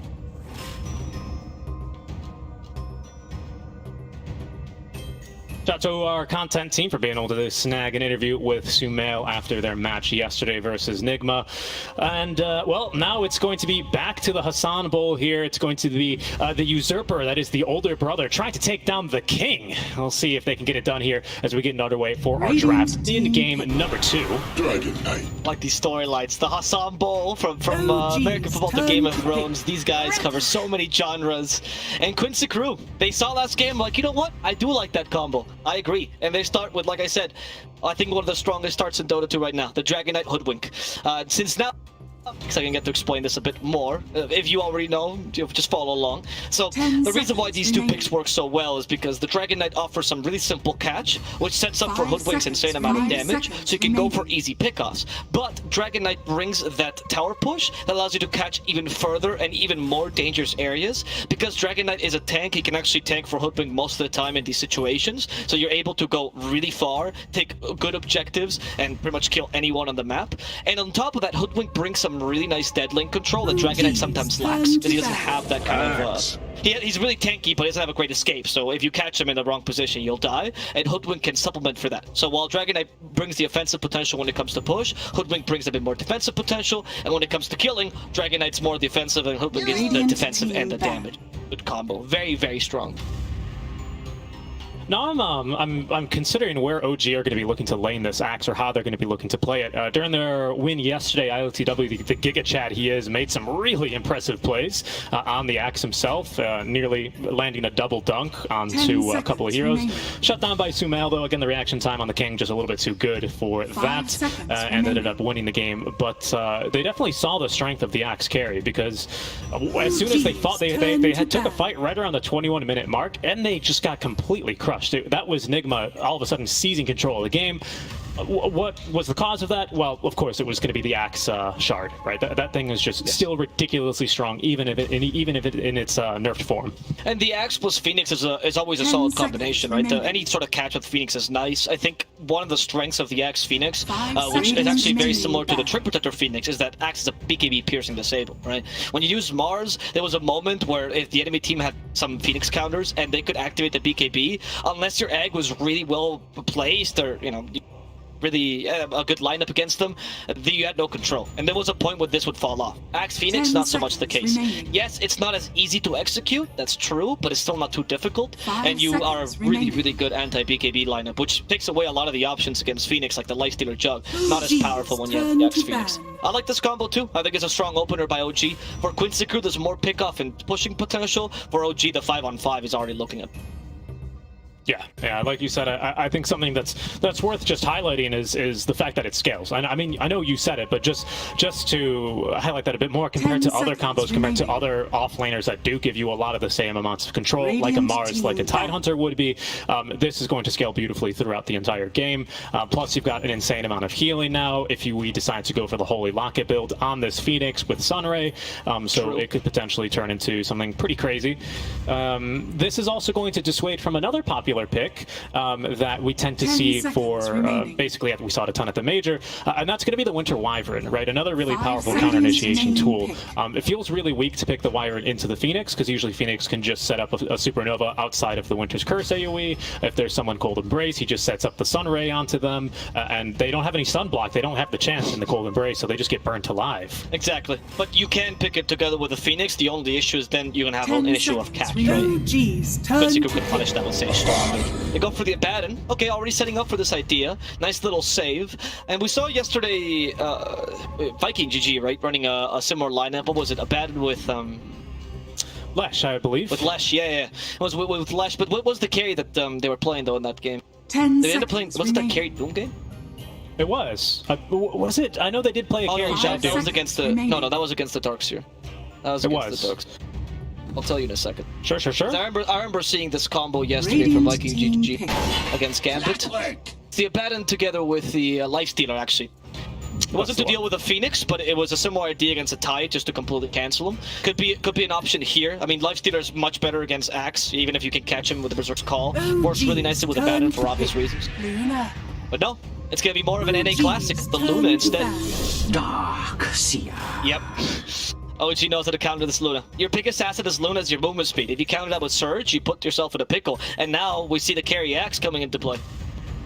Yeah, absolutely, and I think it's the right call to make because I believe, correct me if I'm wrong, but you can proc counter Helix on all instant attacks, which Luna's Moonglaives do count as. 5 seconds so you have the chance to be spinning quite a bit, even aggressively, and of course discounting even when the Manta and Shard timing comes through from the Axe. You're going to be able to tear through this teamfight rather quickly. Of course, Axe can dunk through everything, so Abba does need to be a bit careful on his HP if he's not going to trigger the ulti preemptively, and it's also a really strong pick versus if this is to be an offlane DK, which it looks like it is, unless you want to throw it mid. Axe does nicely in this lane as well. DK gets a lot of his harass out just through right clicks alone and being tanky, but he's not going to be so tempted to do that versus all the pure damage that this Axe will be throwing out. In fact, I want to say this is something OG, of course they knew this before, but this is something they experienced firsthand yesterday as they were playing into the ILTW Axe with a DK in that offlane. True, and another point in favor of the Axe carry here is that he's honestly the best, well, not the best, but one of the best IG carry destroyed. Because usually they don't tank up as much until later points of the game. Like if you go for any sort of strength item early on the Luna, for example, you're going to slow down your farm as a result, right? You want to be a bit of a glass cannon so you can farm faster and then proceed to get more stats. Axe punishes that so hard because, as you said, the pure damage. In addition to the fact that Berserker's Call is undispellable, so Abaddon won't do anything with that against that. That you add to the fact that Darkseer can help you initiate, so you might not even need to rush that blink and go for Manta much more reliably. I mean, this draft I actually like a lot. I want to see how Quincy responds to this.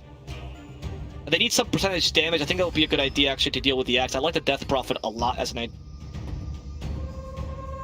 I do as well, actually. The issue... oh, yeah. The thing is, though, for Quincy, I feel like because it's now an Axe carry, and you're playing into what is some pretty mean initiation here. It's a lot of like skill dependent initiation with a hook shot, a vacuum, and an Axe, but it's all really, really strong if they do connect.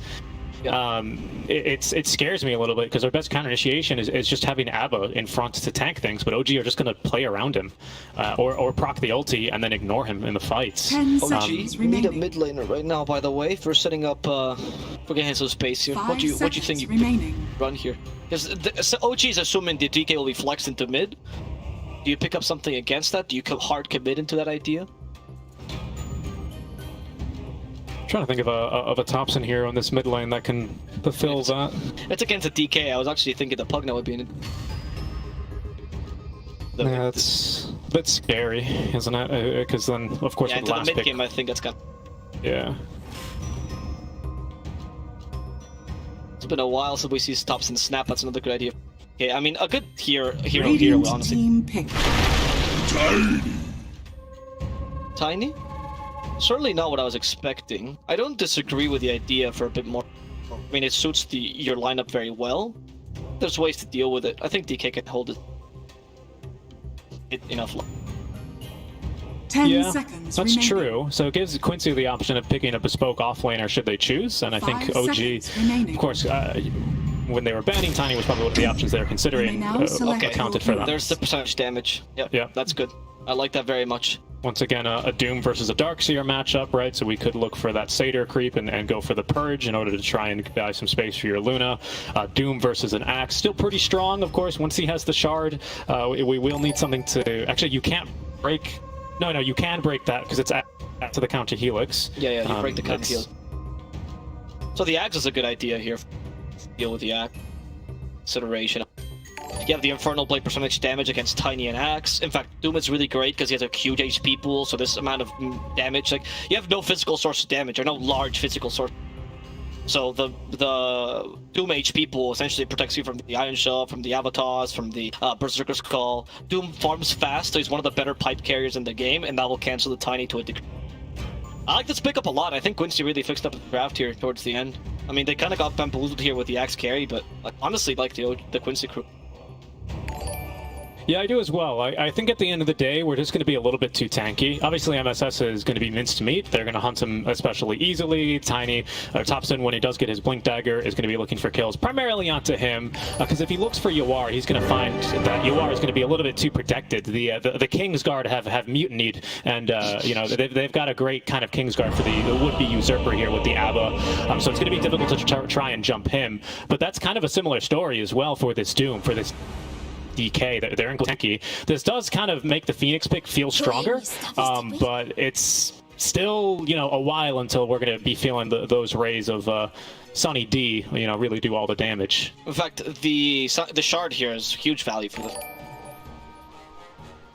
It's so powerful to have him on the to have the Sunray this game in general. Hell, you might even consider building a vessel at some point, like a Clock or Phoenix, a bad vessel build. Yeah, the Abaddon. Yeah, it's a position 5 Phoenix, so he's going to be a bit restricted on his farm for no-tail. If it was a 4 Phoenix, I wouldn't mind throwing it a little bit back to the Singapore Major, where we saw a lot of carries, or sorry, position 4 Phoenixes kind of just go straight into Refresher. You know, 4 Sunrays in a fight is pretty bonkers, especially with this many heroes, that it is going to start melting. And Luna, who has good attack speed and a crappy range, is going to be hard pressed to either commit or run away from a supernova. So it's a hard decision to make in the crunch of the battle. I agree with your point though that you're saying earlier. Like Luna has a good King's Guard, Queen's Guard, I guess. Queen's Guard, yeah. Queen's Guard for Luna. You know, she can do her terror stacks as the cape. Oh wow, this is really going against the anime idea, huh? But she has good protecting cores in the Doom and the DK cores that can easily go in. I feel like Abaddon could do the same thing. The save here is not really that great. Your save is really just against the hookshot, perhaps. Maybe the Avalanche to some degree. But at least you have some healing from the Abaddon. This is a game where SVG could consider the Holy Locket himself just to amp that heal. But I do like the draft overall by Quincy. I think both drafts are pretty solid. I just feel like this time Quincy has been able to adapt to OG's draft much better. 30 seconds to battle. Yeah, I'd concur with that. I think that makes a lot of sense. Because last time, I think I didn't really see the draft's problems until Sumail was, you know, just shoving all of the illusions down into the lanes. Then it was obviously a little bit apparent, and by then Quincy just weren't in a position to do anything about it. I think this time they've given themselves a pretty nice out of this game. As we'll see Sumail the King go versus the Abba, who's yet to put a scope on anything. There it is now. It will be a Aphotic Shield, but it's 3 runes here for the likes of OG. They will be unable to get through this Abba, though. It's a little bit too tanky. It's nice right-click speed there. Fast hands on Sumail. It's early. I want to point out this really small play by No-Tail I loved. He purposely missed his first Fire Spirit to trigger the Aphotic Shield, right? Because he was trying to like be on point. Thinking, I'm not moving. He's definitely not going to miss it. Purposely missed the first one because he gets dispelled anyway. Immediately hits him with the second one right after, and he couldn't dispel it. Small things, but I like that. I like that idea. I also like the offensive dual lane. Abaddon, traditionally one of the best dual lane cores, or supports rather, ever, honestly. And he deals really well with the Axe, deals nicely with the Phoenix as well. I think he's actually quite a hard counter, and that way you get the Doom versus Darkseer matchup, which is the ideal matchup for Lelis. Especially if you find the Perch Creep, there's no way he's dying here. Yeah, Lelis is going to be going into this Midas build here, presumably on the Doom. At least that's what he's queued up here in his quick buy. We'll see here if that changes as the lane continues to develop. Mid lane, not going to be too exciting here. Topson, of course, is without the toss, isn't going to have a whole lot of kill threat. But top lane, there's some kill threat onto No-Tail, as they will be able to punish him for taking the level 1 Fire Spirit. Sumail even taking a bit of extra damage. It's gonna be... I mean, I think as Axe, you actually don't need to dominate the lane if you're carry, because you recover quite nicely as well. But it does suck a bit that you're up against a ranged hero. You don't feel that you could... Wrong early game. And the Abaddon is also not a hero that Axe likes to deal with. And once he has the Curse. I like that he went for the 1 point in Curse. Yesterday we saw Celery, for example, going full heal, and I appreciate how kind of person Celery is, and he wants to just help his teammates, but I think the Curse is really valuable against any melee lane. Oh, he took a last hit there. SVG, no, your shield took a last hit. What is this? How dare you? How dare you? Need all the farm we can get on this Luna. Yeah, I like it here. It is going to put a lot of pressure onto No-Tail. Of course, it's going to force him to trade a little bit less than he would like to. Of course, Phoenix always able to get kind of the last laugh with the Icarus dive as Sumail. Got to be a little bit careful here. Otherwise, thinking about going back for that 4th stack for the curse, but we'll think better of it. There's that thought process where like, oh, if I hit him, I'll hit him even faster. Oh, but then he'll spin even more. Then he'll spin. Yeah. Oh, when I said die, Sumail for free? Whoa. I genuinely just went back for it, and SVG, that Orb of Venom, it's punished him pretty hard here, giving so much space to Yawar. And yeah, it's true that that you can recover, but the idea is not to die in the lane, unfortunately. Sumail doesn't have the highest armor early, so the damage from the Luna and the Abaddon really does pile up. Really good base damage and an Abaddon. Yep, both of these slows being incredibly annoying. Yawar, not like this is too bad of a lane for him anyway. You know, very similar to something like a Timbersaw lane. You don't mind using all of your mana on Lucent Beams just to be able to harass and get Sumail within that kill range. Thompson already utilizing the toss here versus Quinn. But Quinn, 2 points into the Dragon's Blood here. He's gone now for 1-1-2. It was 0-1-2 at level 3 for him. Bottom, they are fighting though versus Lelis. Oh, the vacuum sends him back, and Lelis might just die to the Seb, just in range of the Iron Shell. Lelis a bit too fast. No, creeps are coming for him. Oh, the creeps are attacking Lelis. You ate my brother, now you must die. Seb will fall though through the acorn shot from MSS, but that was quite the revenge of the creeps. The Scorched Earth triggered all the aggro around the area. Yeah, Lelis got ganked by the neutrals right there, which wasn't expected, unfortunately for him. Finally, some justice. Doom's eating creeps every year, and they never get any retribution. It is at the very least a deny, so you know it's not the best news for Lelis. They are able to get the kill onto Seb, but it's not too bad either because he's going to be able to get the free TP on back. He doesn't have to use any of these Sangos, and without a healing salve, he would have been pretty low HP for the rest of the laning stage, which is not what you want versus the Starkseer Clock lineup. In the top lane, though, No-Tail does not have the Icarus dive, but LOA just doesn't have the HP here, as the glaives that you are throwing here, triggering a couple of these spins, are more than enough to almost completely kill the Abba. No, but since Yawar is still having a pretty nice farming lane, you know, and definitely he's a bit faster a farmer than the Axe. I don't think it's too worrisome right now. The onus right now for OG, I think, stands on a really strong Thompson that did win his lane against the DK, and will now start to gank all over the map as he likes to do. Oh, Thompson's actually considering a Midas here. Interesting. As per usual, you look at whatever Thompson's building and you go, oh, okay. Maybe he's looking to be like a secondary option for a carry in case the Axe doesn't work out, you know, instead of a Tempo Tiny, being able to rotate into being a true carry in the late game. I don't mind this with a Shard build. You know, I kind of want to think that, you know, Quincy swapped the lanes here, of course, going for the Luna versus the Axe of Sumail. And they asked, hey, do you want to switch these lanes? And Sumail went, nah, it's okay, I'll just beat him. Yeah, might be. Yeah. It's actually a true brother against brother lane. It is, and I mean, good denies though on Yawar. I think that's what that tip was about. Must have gotten a deny on the range creep.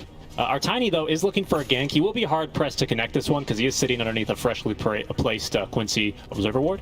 So he's going to go ahead and rotate back to the mid lane. Take Grow at level 6, by the way, here for our Tiny. Yeah, not like a ganking Tiny. Wait, Sumail, the top lane could be in trouble. I don't think he's going to die here. No-Tail's here to cover him. Nice Spirit, and Sumail should be fine. In fact, SVG now in trouble, but as the Magic Stick, we're not going to die to the Spirits either. So yeah, Thompson's going for like almost a carry Tiny for the mid lane. Playing it more like a win condition, probably allowing Sumail to be more of the tempo controller this game, and the space creator, we can call. I think that works out, honestly. I think Carry Axe is best played when you play him with tempo, so I don't mind that. And Tiny can mitigate your weakness in the late game. As I said, Tiny Shard, honestly, a legitimate carry. They played it in China once. What do you think we're going to see then? Do you think this is going to be like a throwback to the TI9 Tinies going for that Echo Saber Ags into the Daedalus, or like no, what? I think it's the carry Tiny that we saw in China a while ago. I mean, not with the Midas added, but like the SNY. Maybe probably still a Blink Dagger, but like, and get by the Shard as soon as you can. They just play like a normal strength core, honestly. That's what I'm thinking. Right. And it's all Caress eventually, like the IO Tiny. You know, back in those days when the IO Tiny was a thing. I think that's how you're gonna build. Okay, I like the idea of that, Ben. Well, we'll But see. it's Thompson, so it could just be Midas E-Blade. I mean, knowing him. Right? Yeah, good point. Yeah, so... Good point. MSS gonna find himself in a bit of trouble here. We've got now still no cogs actually ready for him, but they won't even need it with the vacuum pulling him back into his death. Double Ion Shell, level 3 now, quickly tearing through the Squirrel. It's an easy kill, obviously, at MSS. Not much you can do against Darks here. I mean, honestly, anything that can catch you in the trees pretty much kills you. The vacuum is quite crucial. It's just Scurry as well. Alright, King has already moved into the jungle here, farming up a couple of stacks. Yaba's going to be here to soak a little bit of the experience. There he is, now up to level 4. But with that Vanguard completed, there's not really such an easy way to kill this Axe right now, unless you get an Eclipse onto him. SVG just running in and out. There's only one true king. Actually joking. One true king. Oh, no. Keeps trying to harass here. Samael. Taking away the experience kind of important, honestly. As SVG does. I mean, he just gets a free level from this. You compare his levels to the Phoenix who's trying to sap the experience in the lane. Kind of even. No-Tail trying to protect this tower, but might die as a result. No-Tail. Oh, he's but Bushwhack, Lucent Beam on top of that. They're chaining their stuns well. No-Tail a bit too fast. We'll get away. Yeah, Lelis in trouble. He does have a Doom. And I'm sorry, he used the Doom on Saksa, and won't get the kill as a result. SVG even comes in here to heal him back up. As Seb could be in trouble. We have a Dragon Tail available. But for now, slowing him down. Seb has the Surge and now ready. TPs instead. Do they have enough damage to punish this? No, they don't. Seb gets back home. Even the neutrals helping out there. Yeah. Yeah, he's going to be able to escape. They will eventually catch up to No-Tail back top lane, so they do punish him not having that Icarus dive at the ready. This does allow Luna to then cut the wave and start applying some pressure into this top lane. The nice part about switching and kind of going aggro with your carry in the side lane is that you've already made the rotation, right? So this is normally where Luna would want to be at this stage of the game. Farming the jungle a little bit, sure, but then eventually looking to push back top lane as there goes Thompson, finding the Avatar's kill there onto LOA. That's going to be just him. A smart rotation. He has a ward here, so he might have seen him eventually start walking on over in that direction, but no ward there for the vision. Just a nice kill. I mean, the amount of time that No-Tail's spending on the top lane and preventing them from just having a free push, it's actually kind of useful for his team. It's giving his team a bit of liberty to go and gank and do other stuff in other lanes. The problem, though, is that if he keeps dying, he's just also giving them a free creep. MSS. Doesn't have Icarus dive. There's Acorn shotgun still available. Oh, maybe this was a bait the whole time. We're seeing a rotation. No, No-Tail's already dead. Thompson's here. Kills the courier. And might also kill a carry on top of that. Samael has Berserker's Call. Oh, nice bushwhack though, but Yawar might just die. Hit Samael one extra time. And that cancelled Yawar's life. Leslau finds Lelis, by the way. Oh no, it's not going to be easy for Leslau to get away. And he's going to die here. Simple Iron Shell. Wall replica even set up. Quinn and MSS coming in. The reinforcements going for Saksa. They stun the Clockwork. Just go through the wall. Escape thanks to the slow. Saksa gets hit by the bushwhack. No chance. He's going to die as well. Sub, by the way, is going for the very classic Darkseer build here. Just going Vanguard, not too rare of an item, and a great one to have, of course, versus the Luna. Then straight into the Crimson Guard, so he is prepping for some earlier engagements, hoping to keep his foot on the gas versus the likes of Quincy crew, making sure that this Luna is not going to be able to outscale. I think the game plan this time around for Quincy is that if they can take this late game, they'd be more than happy to do so. They're probably looking at this lineup that OG has and going, oh yeah, Luna late game will absolutely crush these guys. They just got to get there. OG are of course going to do everything in their powers to stop that from happening. As here's Midas now being delivered to Thompson. He is queuing up the Blink Dagger next, so still looking to be able to accelerate his farm through a couple of Blink, Avatosses. We'll see how this works out for him. This deviation from the build. It honestly might just completely lose them the tempo and also the late game if Tiny can't make it, because the Blink Dagger will be much more delayed. Yeah. But I think the idea is pretty solid. As you play with the Axe tempo a bit more, right? Because you go Blink Vanguard on the Axe, or actually he's going to go for the Yasha straight up. And then that way you play maybe around the 20-minute mark. Tiny is not going to gank too much early. You don't have great ganking partners, so instead you spend this time farming. Smokes break? No. I think the logic checks out. Oh, No-Tail. Just Icarus dives right into MSS. Unfortunately, he will be taken down. Welcome. Breathe Fire, killing the Phoenix, as he will go down just like he was born in flames. But meanwhile, you know, I feel like No-Tail is pressured here because he's like, okay, my mid is farming, my carry's farming, my offlaner's farming. I need to create space. But since you're just a Phoenix, what you need to do is just die for that space. Yep. Blocks a camp while he's at it, at least. Not bad. I mean, the tier 1's still up top, so that's No-Tail's job done. Yeah, we have not pushed any towers yet for the likes of OG. Thompson now with Midas. This bonus attack speed is really, really nice to have on a Tiny. Unsurprisingly, a hero with zero agi gain does benefit quite a bit from bonus attack speed items. And with the trees, that is going to allow them to have some pretty significant tower damage in, as Leslau, making haste here towards that DD route. Will think better of it, searched up his tops, and he will be able to beat him there. DD in the bottle now for the mid lane Tiny. Oh, hook shot. They find the squirrel, but MSS still trying to get away. Nice little bushwhack. A wall because annoying him at the scurry, goes to the trees, clocks too fast, that surge, MSS using the sharpshooter to get away, he'll survive, he's gonna punish shield, and the punish one will be Saksa. Nice little punish shield there towards the end, and very well played MSS, good thinking in the sharpshooter. Yeah, Quinn as well was sitting on 2k gold, had the BKB queued up, but decided to go proactively into the blink instead. I like this a lot. We'll see here if OG can look to punish it. Thompson still has his DD rune in the bottle, holding onto it as No-Tail. Icarus diving aggressively, perhaps just for vision, holding on to that supernova, deciding against dropping it here and now. Yuar is in the vicinity, so he could look to join these fights, but does not have the point in Eclipse, so wouldn't be much value here in a team fights other than the right-click damage and the occasional Lucent beat. Middle tower has fallen. QUINCY then will acquiesce the mid lane tower. As OG happy with their progress here, we'll move into the jungle and look to boot the Luna. Yeah, take over the Luna's jungle completely. More importantly, also swap jungles. Take over the much more valuable Radiant jungle, because now naturally QUINCY will have to, if they want to regain their jungle, it's kind of impossible, and you can still put 1 or 2 useful wards on top like they're doing here, and OG can regain control of their own. Hook shot actually read well by Quinn. Not gonna catch up to this guy. This guy plays Ember Spirit. What are you thinking? Yeah, and that was all thanks to this Observer ward here. Saksa thinking he's got a ward up on the high ground. A good guess. He might ferry out a couple more sentries, because there's no way he just makes that blink like that off of the sound cue alone. Did you see him pinging all over the place? Like, there's a ward here or here. They're using so many sentries. They can't find this ward. Sometimes the best hiding spot is just in plain sight, huh? Very true. Literally it's pretty common. Out of the outpost, like just barely out of the range of the outpost. It's a super common ward spot, though. I've been watching tons of replays and keeping an eye on warding. Usually the most contested ward spots are right here on the cliff, and then the second one that they like to put wards in is going to be right here next to the outpost. This one is just simply dewarded too often, and this one's a bit sneakier, and it feels a little bit awkward to put a sentry right there next to your outpost to protect it. QUINCY's got to watch this reap. I'm gonna guess this ward is going to expire. Ended up being pretty... Sorry, OG's got to watch those reap. That's where... As QUINCY take advantage of that, and DK's alive, continues to farm. They're gonna need to... for him to become carry too, if the Tiny and Axe will both beef up themselves. Yep.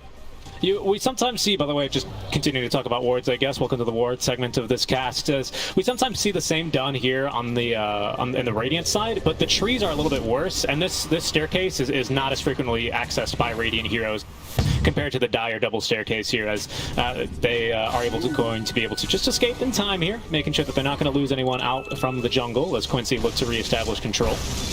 Not to flame, of course. We were just joking about those warding spots. No, of course. In the middle of the game, having to guess, like you just see that hook shot, you go, where is it? You know, you just use sentries. It's not that big a deal. They probably know. They just don't think about it in the heat of the moment. They are players after all. We have full vision. It's much. Out. There's gonna be a smoke coming out from the OG. Let's see what they can find with this. Thompson now with his blink dagger, ready for his power spike. But he has to find someone to use it, right?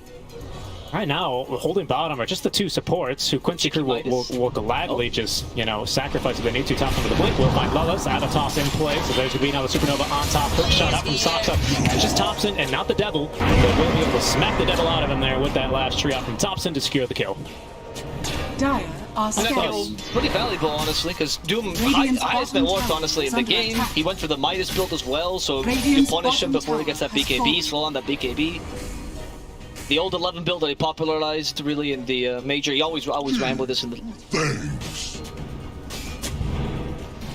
Oh, hold that thought, that blink from Quinn. He's going to be able to stop the Icarus dive first. Push lack here. He's going to secure the kill. Along with that sharpshooter, kill goes to Quinn. Seb has got nothing left to do, but just surge himself away out of the enemy jungle. The ward did get placed down. We'll see if this is scouted and dewarded here by QUINCY crew. LOA is going to miss the initial ward, unfortunately for him.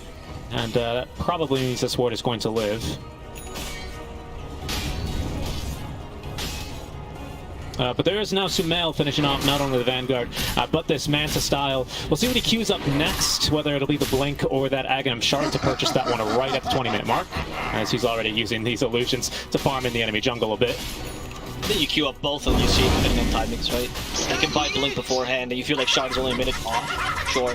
But if for some reason you decide to fight now, it doesn't really work out for you, or you lose a bit of gold, you're farming slower than you'd expect, and you just go straight for the Shard instead to recover.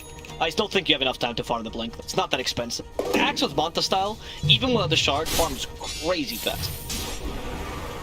Absolutely. Speaking of farming fast, Topson is going into this Echo Saber, so I wonder if we are going to see this Aghanim Scepter eventually get queued up here. Is the Midas... Okay, so maybe the Midas not to change builds whatsoever, but just to match the timings on that. Which I might even like more. You know, like a complete shift from the build is more exciting, obviously, as a caster, but when you see this, it's like, it's playing to the strengths of your draft. Acknowledging that QUINCY is not going to fight you early. You don't have someone to go ganking with. What do you do with the extra gold? Do you buy drums? Just go for the Midas and ensure that you have some late game progression. I'm okay with that too. And if there's one thing I do remember from TI9 2 years ago now, it's the ridiculous amounts of damage this tiny axe did end up doing. And even to these tanky strength heroes might be enough to just get them killed. Of course, the slow is as well still procs. They removed it from the Monkey King Wukong's command, but it still works on the tiny Aghanim Scepter tree volley. Go for SVG here, as they loot the tower though. SVG happy to die for this tower. If they can actually get it, yeah, Dragon Poison will do the trick to the very end, and blinking just in time. I shot QUINCY. They do smoke for that one, but it's not really anything too big. Too big of a loss. Okay, Soxon takes up a bounty and he has his king pick it up, of course. That's adorable. Look at that respect they have for Sumail. For you, my leash. Yeah. I am but a humble support. Thompson, I mean, he's making really great progress. He's already now got the Oblivion Staff. So again, more attack speed. What, a bonus 50 attack speed now on the Tiny. It's weird to see him attacking this fast without a wisp. Yeah, he walked in, he's like, I'm an Infernal Blade Sumail, but let's not push this any further until my teammates come in. Real quick, Lelis, of course, with the Purge creep consumed, so he's going to be digesting that one, I think, for the rest of the game. Okay, doing immediately for Sumail. Good choice, obviously, I think the BKB. They toss back to safety, Seb, and run away, giving him the start. Immediately purged by Lelis. He was waiting for that. He knew that was going to happen, and that guarantees the kill on Sumail. Where's the tip, Lelis?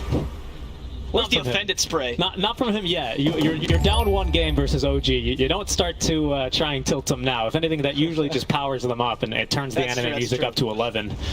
Yeah. Smoke here from QUINCY crew. Still a DD on Quinn. This could be bad for OG. Thompson will break the smoke here. Quinn, though, with no vision, doesn't have anyone to jump onto. We'll see Thompson, though, in the smoke. We have a hook shot out from Soxa, as well as actually the Supernova. Buyback available on Sumail. He's going to hold it for now as the back. Catches 3. Yawando pops the BKB. Now the Eclipse, the creep wave, though, soaking it up. As there's going to be now the Supernova onto the high ground. Yawando going to hit this one. And along with his team, will be able to dispatch of the egg. In the meantime, they've also lost Soxa and Seb without a surge. It's easy pickings here for the likes of QUINCY crew. Leslau, the only one to go down in that engagement. Yawar on point with his targeting there. Thompson. They actually might still go for him. They just dispelled the battle hunger. Sumail avoid a Dragon Tail. Well done. Still caught SVG with that Berserker's Call. No big deal. Yeah, so the idea of using the Eclipse to cover himself while he was hitting the egg from the low ground. Very, very smart there by Yawar. And even the Glaze ended up killing some of the supports. OG had no way to murder him there because he knew he had just wasted their big combo. Well played. That was a very consistent play. Huh, I like it. Well, it's going to be a big win. Unfortunately, without the ultis and Elder Dragon form ending, they're not going to be able to turn this into objective, whether that be a tier 2 Roshan, but it's the nice play of aggression. It's the opportunistic smoke, right? Where hey, we just got a kill. We used a couple of ultis. Their counter initiation's really weak right now. Let's go and look for an extra +1, an extra +2. Works out beautifully for QUINCY crew. They extend their network lead just to a friendly little 3K here. They're going to have to be a bit careful. What that also does, by the way, is it buys them time for Lelis to get his Doom back online. It's 20 seconds compared to if they don't fight right now. OG likely group up and look to fight around the cooldown of Doom. They just don't have that option anymore. Yeah, because that fight, you also delayed the Blink Dagger a bit further on Sumail. I mean, you just got the Shard instead, like I said, right? If you feel like you can't farm the Blink Dagger in time, you need to go for recovery. Shard is better, it improves your farming speed, but this delays the time where you can fight even further, right? You know, okay, Thompson is going to be going for SNY, by the way, so some mix, somewhere in between of what we were saying. It's the ultra scaling, isn't it? Right? Yeah. It's of course Echo Saber because it's a great farming item, especially on Tiny. It's got a lot of use for that doubled attack. SNY just because of course Sanj is pretty busted, especially because the healing that you receive from Sunray is going to be buffed not only by this eventually Holy Locket, but also buffed by your own Sanj. And being a tanky hero, that's a lot of HP, that's a lot of healing, and we don't have the best burst to be honest for you. Thompson's not going to be dying within the first 6 or whatever Eclipse shots that could connect onto him. If there's a Sunray on top of him. So it's I like the builds. It's just pure late game scaling, giving them a plan B into the late game should they need it. You're also Cyber Resistance is also really good against the Doom and against the Dragon Tail, so it's always very useful. And honestly, whenever I spend time with like pro players, carries particularly, and they build anything that's like anything new as a carry, they always suggest SNY. I remember I was talking to Hector about it. It's like, what if you build Mars carry? He's like, well, I would build SNY. What if you build Winter Wyvern carry? Well, SNY is pretty good, and I always suggest this. The status resist just feels so natural, and the movement speed helps you so much.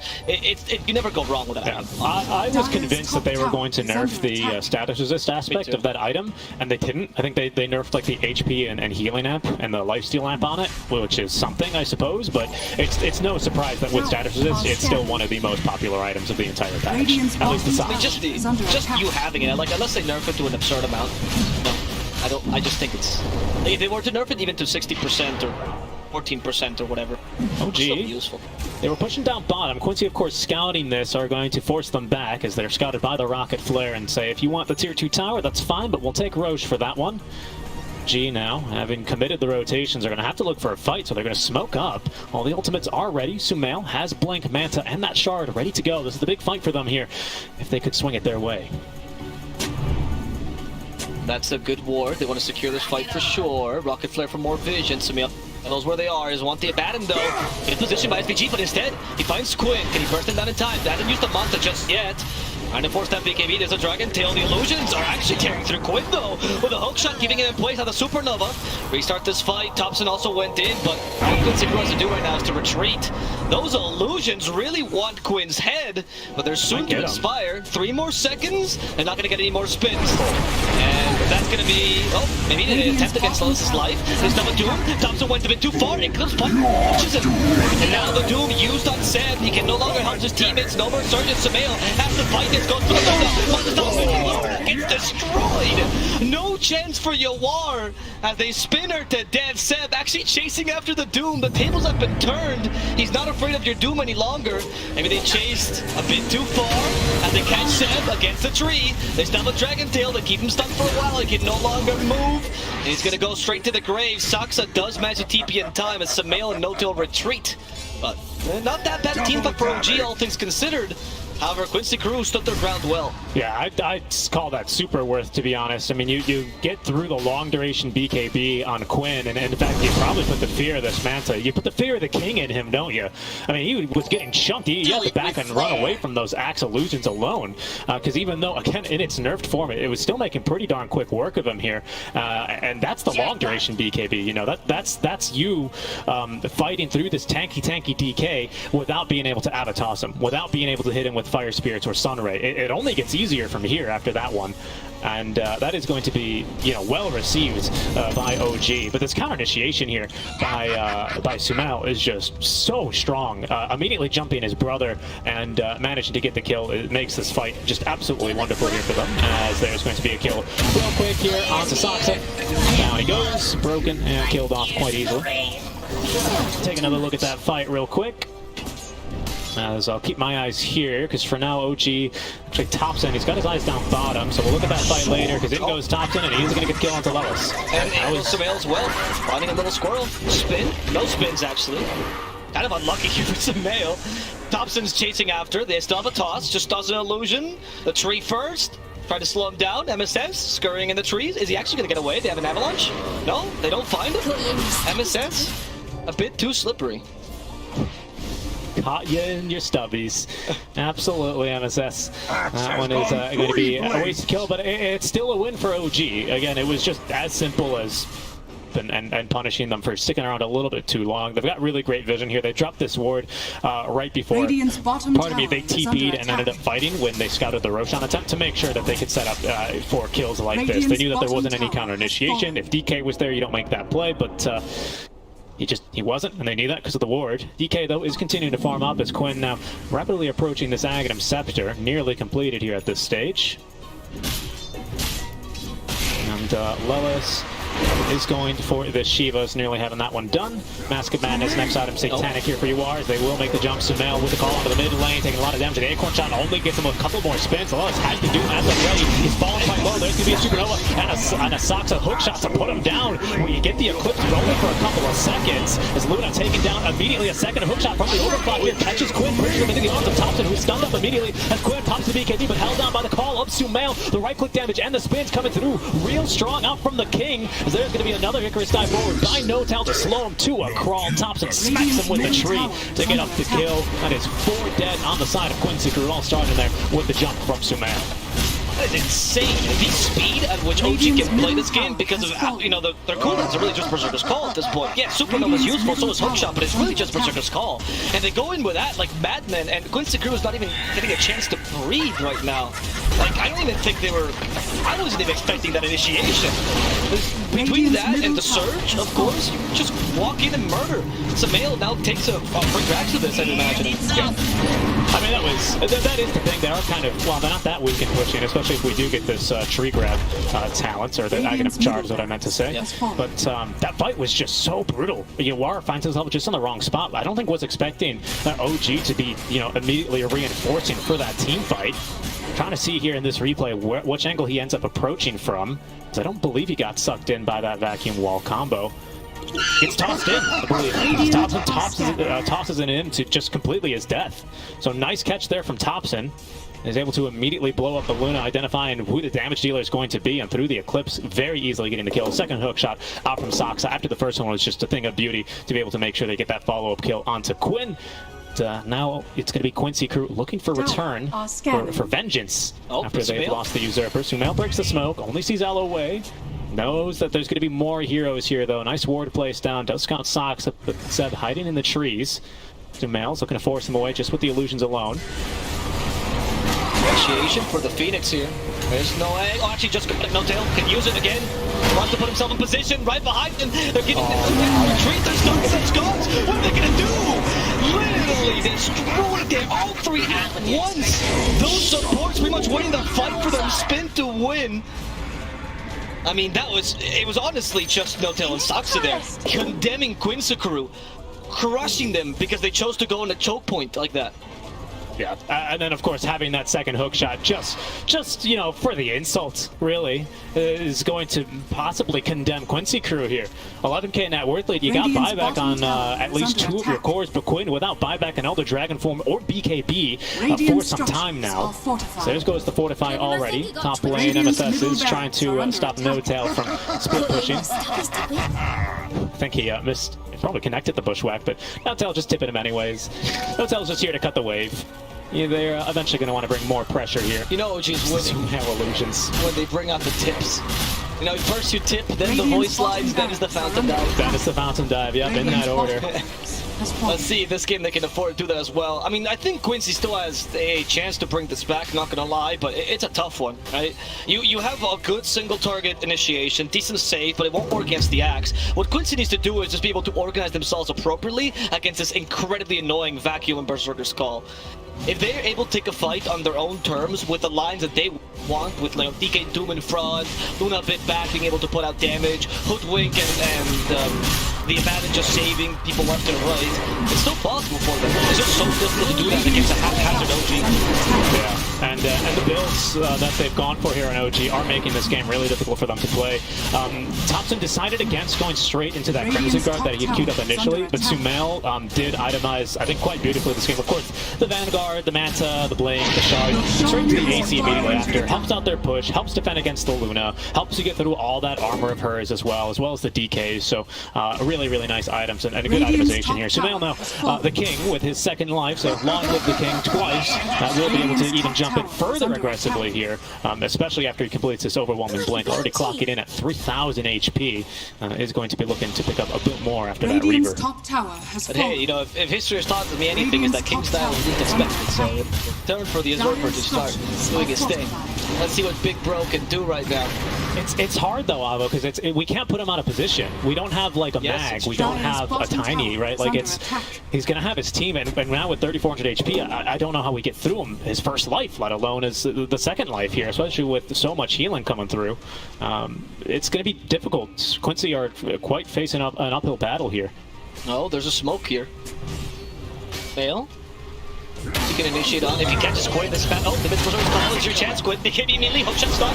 There's no berserker's call. They're still doing a bit of damage, but not that big a deal. In fact, Supernova even got used here. It's only a chance for QUINCY to walk back in.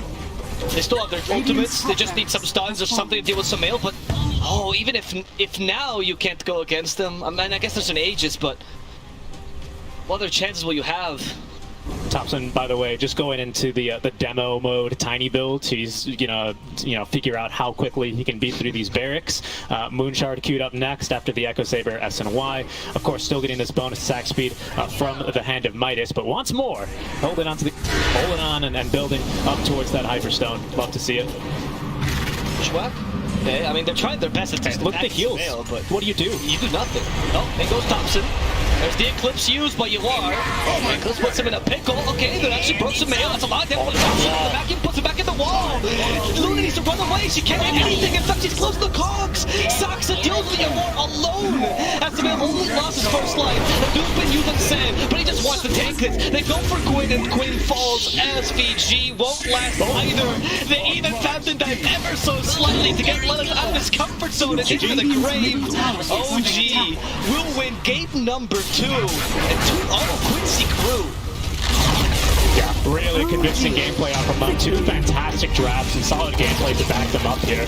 I love the like watching Thompson back in his groove, being able to go for these clever builds or these unique